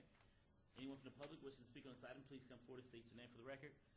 Seeing none, Councilman? Move for approval. All in favor? Aye. Aye. So moved. This will be heard at the December 3rd City Council meeting.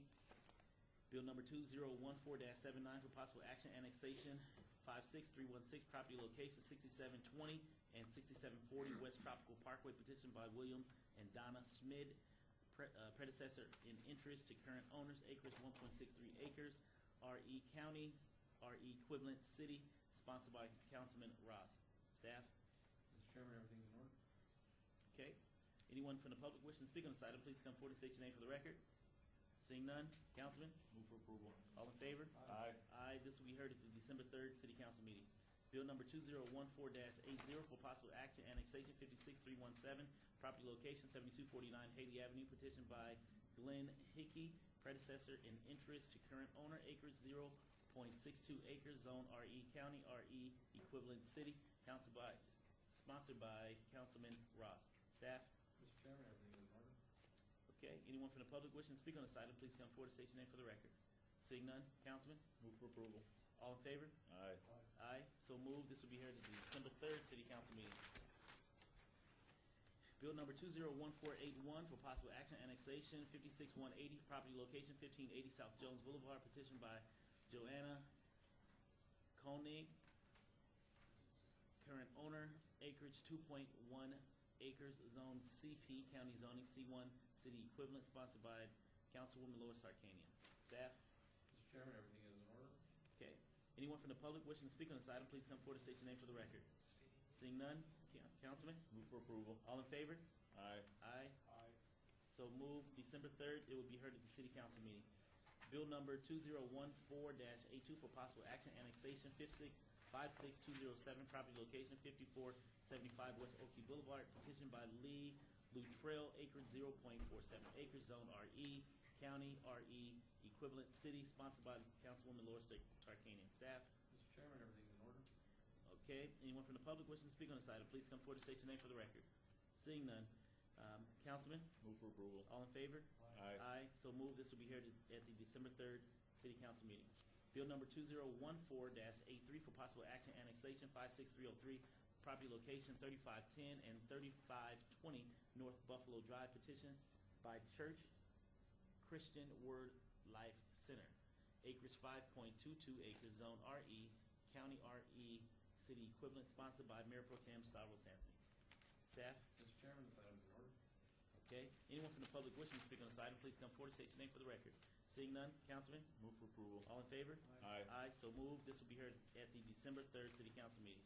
Bill number 2014-84 for possible action, annexation 56306, property location 7410 through 7480 Ohana Court, petition by Pataka P. and Tazy H. Mayahira, predecessor in interest to current owners, acreage 5.21 acres, zone RE, county RE, city equivalent. This is sponsored also by Mayor Pro Tem Stavros Anthony. Staff? Mr. Chairman, this item is in order. Okay. Anyone from the public wishing to speak on this item, please come forward and state your name for the record. Seeing none, Councilman? Move for approval. All in favor? Aye. Aye. So moved. This will be heard at the December 3rd City Council meeting. Bill number 2014-85 for possible action, annexation 56307, property location 4241 Quadrille Street, petition by John M. and Lorinda M. Fowler, acreage 0.63 acres, zone RE, county RE, equivalent city, sponsored by Mayor Pro Tem Stavros Anthony. Staff? Mr. Chairman, everything is in order on this item. Okay. Anyone from the public wishing to speak on this item, please come forward and state your name for the record. Seeing none, Councilman? Move Move for approval. All in favor? Aye. Aye, so moved. This will be heard at the December 3rd City Council meeting. Bill number 2014-86 for possible action annexation 56308, property location 7590 Florine Avenue, petition by Deborah S. Lim, predecessor in interest to current owner, acres 0.82 acres, zone RE County, RE City equivalent, sponsored by Mayor Pro Tem Stavros Anthony. Staff? Mr. Chairman, this item is in order. Anyone wishing to speak on this item from the public, please come forward and state your name for the record. Seeing none, Councilman? Move for approval. All in favor? Aye. So moved. This will be heard at the December 3rd City Council meeting. Bill number 201487 for possible action annexation, 56309 property location northwest corner of Lone Mountain Road and Pioneer Way, petition by Steve and Stephanie Jordan, predecessors in interest to current owner, acreage 1.52 acres, zone RE, county RE, city equivalent, sponsored by Mayor Pro Tem Stavros Anthony. Staff? Mr. Chairman, this item is in order. Okay, anyone from the public wishing to speak on this item, please come forward and state your name for the record. Seeing none, Councilman? Move for approval. All in favor? Aye. Aye, so moved. This will be heard at the December 3rd City Council meeting. Bill number 2014-88 for possible action annexation 56310, property location 4850 through 4880 Connell Lane, petition by William M. Mary Johnson, predecessor of interest, acres 2.63 acres, zone RE, county RE, city equivalent, sponsored by Mayor Pro Tem Stavros Anthony. Staff? Mr. Chairman, this item is in order. Okay, anyone from the public wishing to speak on this item, please come forward and state your name for the record. Seeing none, Councilman? Move for approval. All in favor? Aye. Aye, so moved. This item will be heard at the December 3rd City Council meeting. Bill number 2014-89 for possible action annexation 56311, property location 4701 Quadrille Street, petition by Clark County School District Board of Trustees, acres 21.00 acres, zone PF, county zoning CV, city equivalent, sponsored by Mayor Pro Tem Stavros Anthony. Staff? Mr. Chairman, this item is in order. Okay, anyone from the public wishing to speak on this item, please come forward and state your name for the record. Seeing none, Councilman? Move for approval. All in favor? Aye. Aye, so moved. This will be heard at the December 3rd City Council meeting.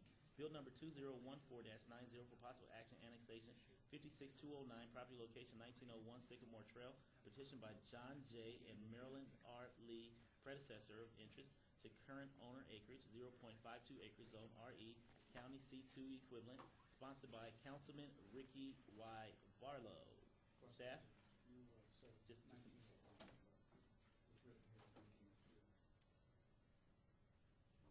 I'm sorry? Okay.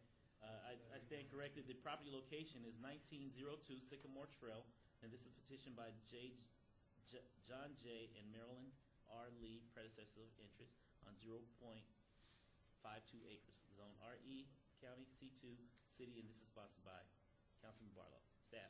Mr. Chairman, this item is in order. Okay. Anyone from the public wishing to speak on this item? If so, please come forward and state your name for the record. Seeing none, Councilman? Move for approval. All in favor? Aye. Aye, so moved. This will be heard at the December 3rd City Council meeting. Bill number 2014-91 for possible action annexation 56210, property location 4016 Vegas Drive, petition by Samuel Newberry, predecessor in interest to current owner, acreage 0.53 acres, zone RE, county RE equivalent, city, sponsored by Councilman Barlow. Staff? Mr. Chairman, this item is in order. Okay. Anyone from the public wishing to speak on this item, if so, please come forward and state your name for the record. Tried to get there as fast as I could. Thank you, Councilman. Good job. I Good. admire Great. your patience and now your current haste. Please have a seat. I have supporting material for you. This is Thank you.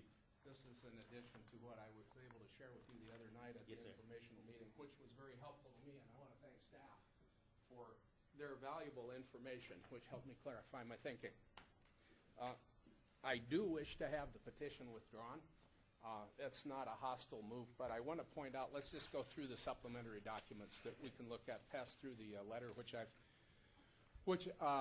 substantially elaborates on my comments. Looking at the tax roll map, we can see here in green the border of the city of Las Vegas, and you can see my property. And if it was to become incorporated, would actually, in fact, to become an island of city within the surrounding community of the county of Clark. Because directly across the street from us... One moment. Oh, I'm please. sorry. Your name? Eric, E-R-I-C, Ludwig, L-U-D-W-I-G. Thank you.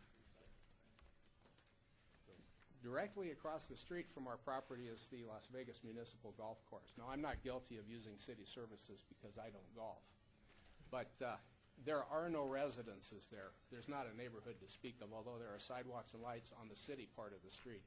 There are none on the county part of the street where I live. Let's flip over to the next page. This is a picture of the front of my house here on the street of Vegas Drive. I had some tree work done a couple of months ago, and my property. So the crane that's on this property is the property That's my property. that belongs to you? Yeah. Okay, great. And this knee wall here, this decorative knee wall here, separates my property from the curb on Vegas Drive. And you can see that there's no provision for sidewalk there, and then beyond my mailbox is a bush, and people do walk down our side of the street, and they're forced to walk into the street, into the bike lane. If you look at this picture more carefully, you can see much farther down, 100 yards to be specific, there are sidewalks and streetlights in the city of Las Vegas. And behind me, my neighbors, Siegfried and Roy, have on the other side of their property, the city of Las Vegas recommences with sidewalks and streetlights. These are the three supporting documents that were delivered to me when the petition was submitted. And I would like to point out the highlight portion shows that the owner of record at the time misrepresented the status of the property. He said that it was a proposed single-family dwelling. In fact, it was existing there on that location in a developed community since 1955. The next one, petition for annexation, again, he represented it as a proposed single-family dwelling. Now, the owner of record didn't live in Las Vegas at the time. He lived in Kentucky. So let me ask you this. Did Yeah. you purchase the property sight unseen? No, I saw it, and as the city council has, the legal counsel said there's a large stack of documents, and about 85% of those papers hold the seller and the seller's agent, the realtor, harmless from. And so I looked through my title insurance and found annexation pending as a covenant on the property, and I thought, reflecting on the condition of the front of the house, abutting a newly improved street, it would be for sidewalks or streetlights or school district or something like that. Okay. We don't get any services but sewer from the city. All the utilities come over the back fence. It's a private well with 75 private homes plus the city golf course. We get our electric from Nevada. We get our cable and our phone over the back fence. So the only city service my property, this one property, was provided with is the sewer. And at the time the agreement was signed, the seller, the owner of record, lived out of state. His agent had done a great deal of work without permits. He got caught, and then he was stuck. And they wouldn't allow him a certificate of occupancy because he didn't have an approved sewer system, which, believe me, I'm all in favor of having an approved sanitary sewer. So he drafted the petition, but if we look at the agreement, the highlighted portions here show until our property meets the requirements outlined in NRS 268, 570 through 268, 608, inclusive. It doesn't make a distinction as to big and little incorporation. And he says then further that the subsequent buyers, me, would be put on notice of this covenant. Now, I'm not asking the city of Las Vegas to redress the problem I have with the seller or his agent. The fact is, the first I was notified of the sweep of this annexation was when I received the mailing, and then I went to the informational meeting. My issue is that if this property is annexed at this time, there will be no additional city services extended. And in toto, the sum of the annexation legislation has a mandamus, not a writ as I put here, that's wrong, has a mandamus that the city must provide the same services as those provided, similar services, let's say the same, as those nearby, because the only thing the city provides is the sewer, sidewalks, and lights. My property is 100 yards from the contiguous property of Las Vegas to the east and 250 yards from contiguous property to the west. And once it's incorporated, if you look at the picture, there will be no change. No improvement to the front footage. There won't be any additional city services. I pay for Metro, I pay for fire, I pay for school district, libraries, I check my tax statement, I pay all those things. I have to believe that the city or the county prices them competitively. So going to page 2 of my letter, I don't want to belabor the point because you people are very patient, and I appreciate your attention to my petition for withdrawal. NRS 268.6041 provides for a staying of the annexation ordinance under certain conditions. In this instance, my specific property, compliance would be an extension of services, curb, sidewalk, and lighting. The same statute, sub 2, allows the applicant, the property owner, what exceptions and what relief the applicant seeks. And the final statute, the sub there, is for a penalty of the incorporating agency, City of Las Vegas, to recompense the petitioner his legal fees. I'd like to forego that. I don't want to charge the City of Las Vegas in the event that I win a petition or achieve a writ of mandamus in a civil court. In the first instance, I'm asking that this petition for annexation be withdrawn. That's my simple request. Since from the outset it misrepresented the property to the City of Las Vegas, it creates a factual island of incorporation within an unincorporated area, and it will result in no further extension of additional services to Omar. Now, I'm offering another option. Barring that, I would ask that an amended and accurate petition be attached to my property.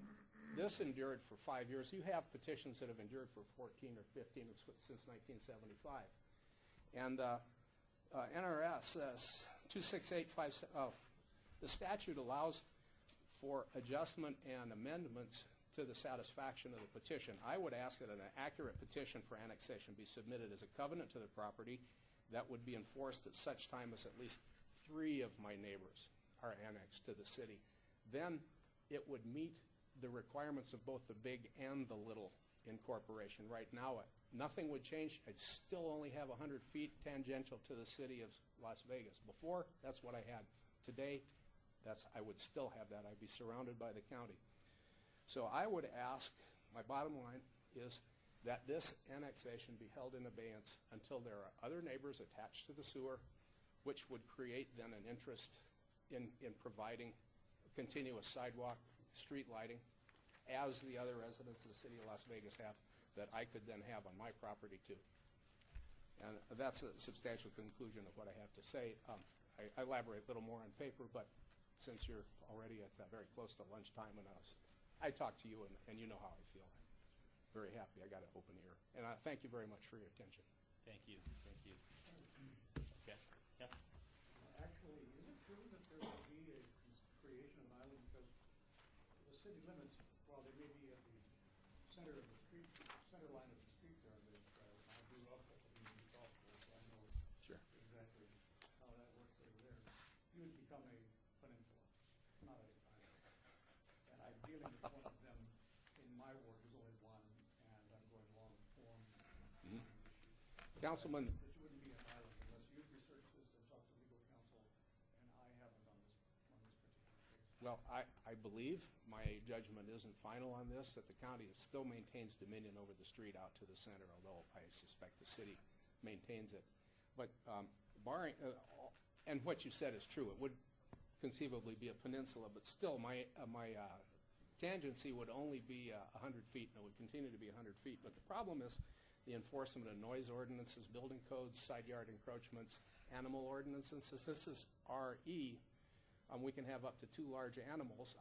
Hey, if Siegfried and Roy want to buy my neighbor's house and put tigers there, I'm fine with that with a special use permit. That's a lot of noises that come out of that project. Yeah, and the neighbor on the other side of our westernmost neighbor actually had a private menagerie, including burros, before we met there. My neighbor informed me of that. And over the fence, improvements have been done outside of the county jurisdiction. I'd have no recourse. Just call up as an anonymous tip or a fink, you know. With this attached as an ongoing covenant, that would be kind of your high card face down when we went to a subsequent annexation. So, Doug or Tom, I'm looking at this map here, this yellow map. Okay, so his property right here. So, the property around that, those boxes, 4012, 4008, those are in the county. Those are in the county. And those are houses. Those are lots. So how come? Okay. So I guess what I don't understand is why is that one being annexed, but the other lots around him are not being annexed? That one, it's they needed to hook up to city sewer, and so they two other properties on that street further to the west that also have petitions. So the sewer boxes agreements. around him are not hooked up to city sewer? Correct. The properties, through you, Mr. Chairman, Doug Rankin here for the record. Yes, the properties on, if you go further east on Vegas Drive, you notice 4,000 Vegas Drive, that property was annexed into the city when it became eligible, including the right-of-way surrounding it. That right-of-way is now the responsibility of the city of Las Vegas. Much like Mr. Ludwig's property, if annexed, the right-of-way in front of his property at 4016 would become city required right-of-way, and that's part of this annexation, part of the notice, includes the right-of-way. So I'm looking at 4012, 4008, And 4004 are, And those three properties currently are on septic tanks. okay. Do not have city sewer yet, but all septic tanks fail. Currently, the Clark County Health District is not issuing new licenses or new permits for septic tanks if you're within a certain distance of city sewer or any sewer facility, and these, of course, are right next to it. So eventually, those properties all along Vegas Drive will have to annex into the city. It's just a matter of when. As their septics fail, they would be annexed into the city. Another question I have. Go ahead. Man, is he gonna be required to put a sidewalk on his property? No, only if Mr. Ludwig would like to have a sidewalk and he wants to construct one, we can definitely do that. We can also, the other way sidewalks are constructed within the city, there's two ways. Currently, we have an infill sidewalk project that we're doing to meet ADA requirements. That's being done in Ward 3 and Ward 5 currently. The other way is for property owners in a neighborhood to get together, sign a petition to enter into a special improvement district to have sidewalks done. So at this time, no sidewalks are planned for that part of Vegas Drive. It will remain rural in nature with no sidewalks at this time. Maybe in the future, 25 years from now, there might be sidewalks. There might be sidewalks in 10 years. Is that right away up to the fence top? I'm not sure exactly where his right-of-way line falls. Because I don't know what he's responsible for. That would be, we would, if any improvements to Vegas Drive were to occur, we do a survey. Public Works and the survey section goes out and surveys those to make sure what's private property and what's public, and then we would do the improvements to that part of Vegas Drive in the future, if anywhere required, and to ensure where the property lines get in.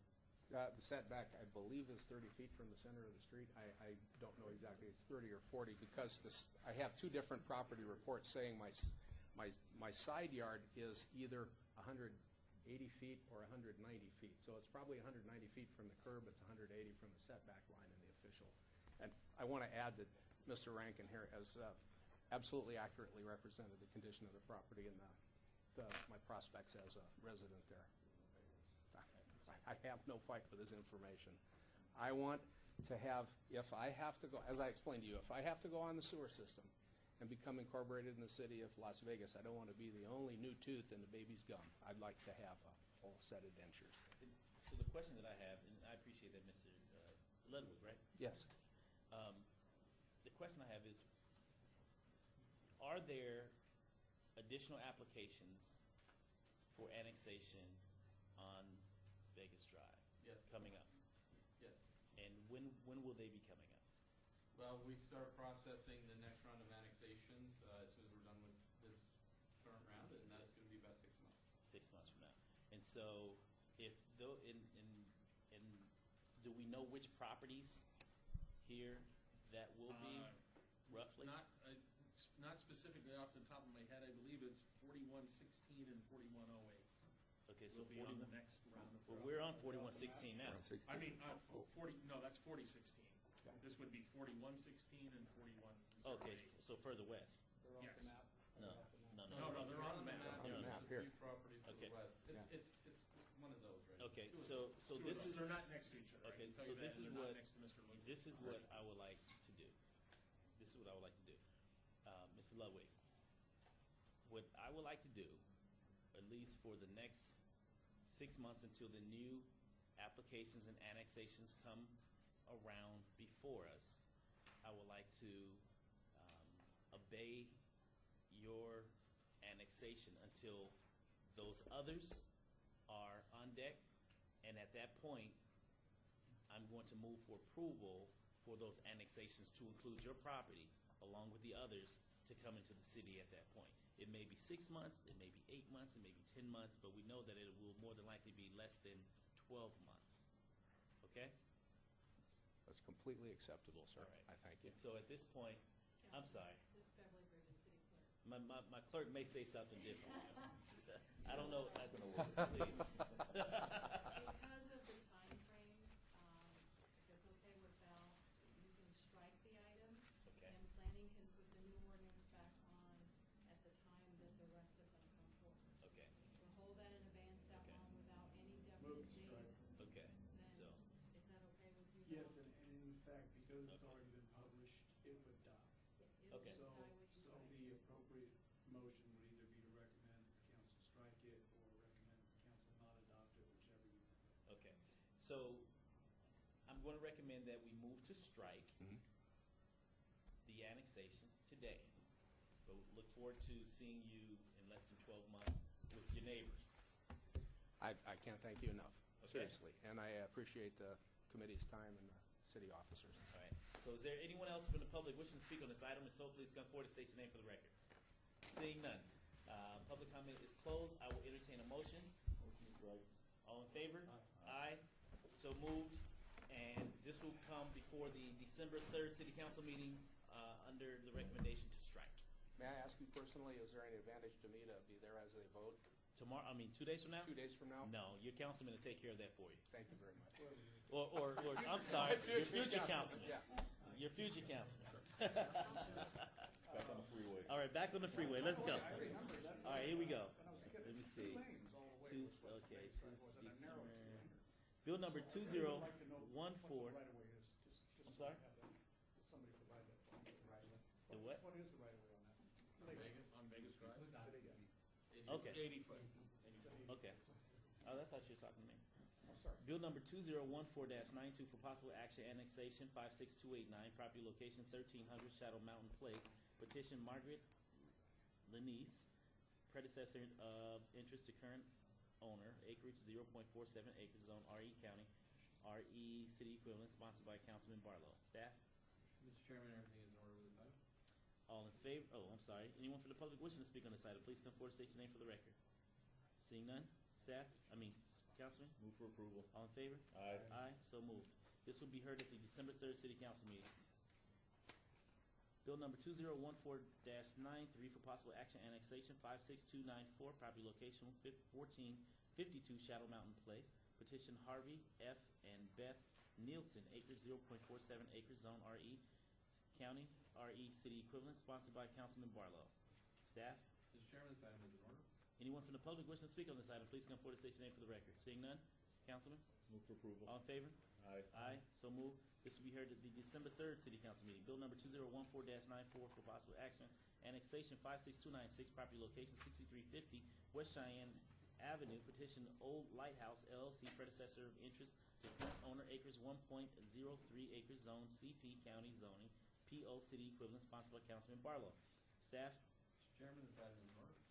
Anyone from the public wishing to speak on this item, please come forward and state your name for the record. Seeing none, Councilman? Move for approval. All in favor? Aye. This will be heard at the, aye, so moved. This will be heard at the December 3rd City Council meeting.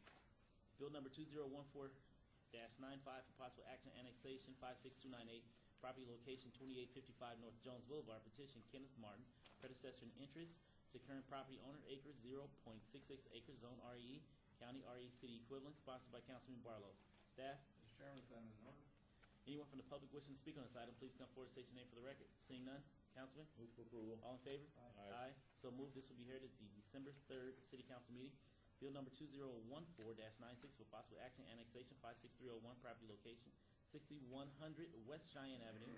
Petition Mary W. Lamb, predecessor of interest to current owner, acres 2.13 acres, zone CP County zoning, C1 City equivalent, sponsored by Councilman Barlow. Staff? Mr. Chairman, this item is in order. Anyone from the public wishing to speak on this item, please come forward and state your name for the record. Seeing none, Councilman? Move for approval. All in favor? Aye. Aye, so moved. December 3rd will be heard at the City Council meeting.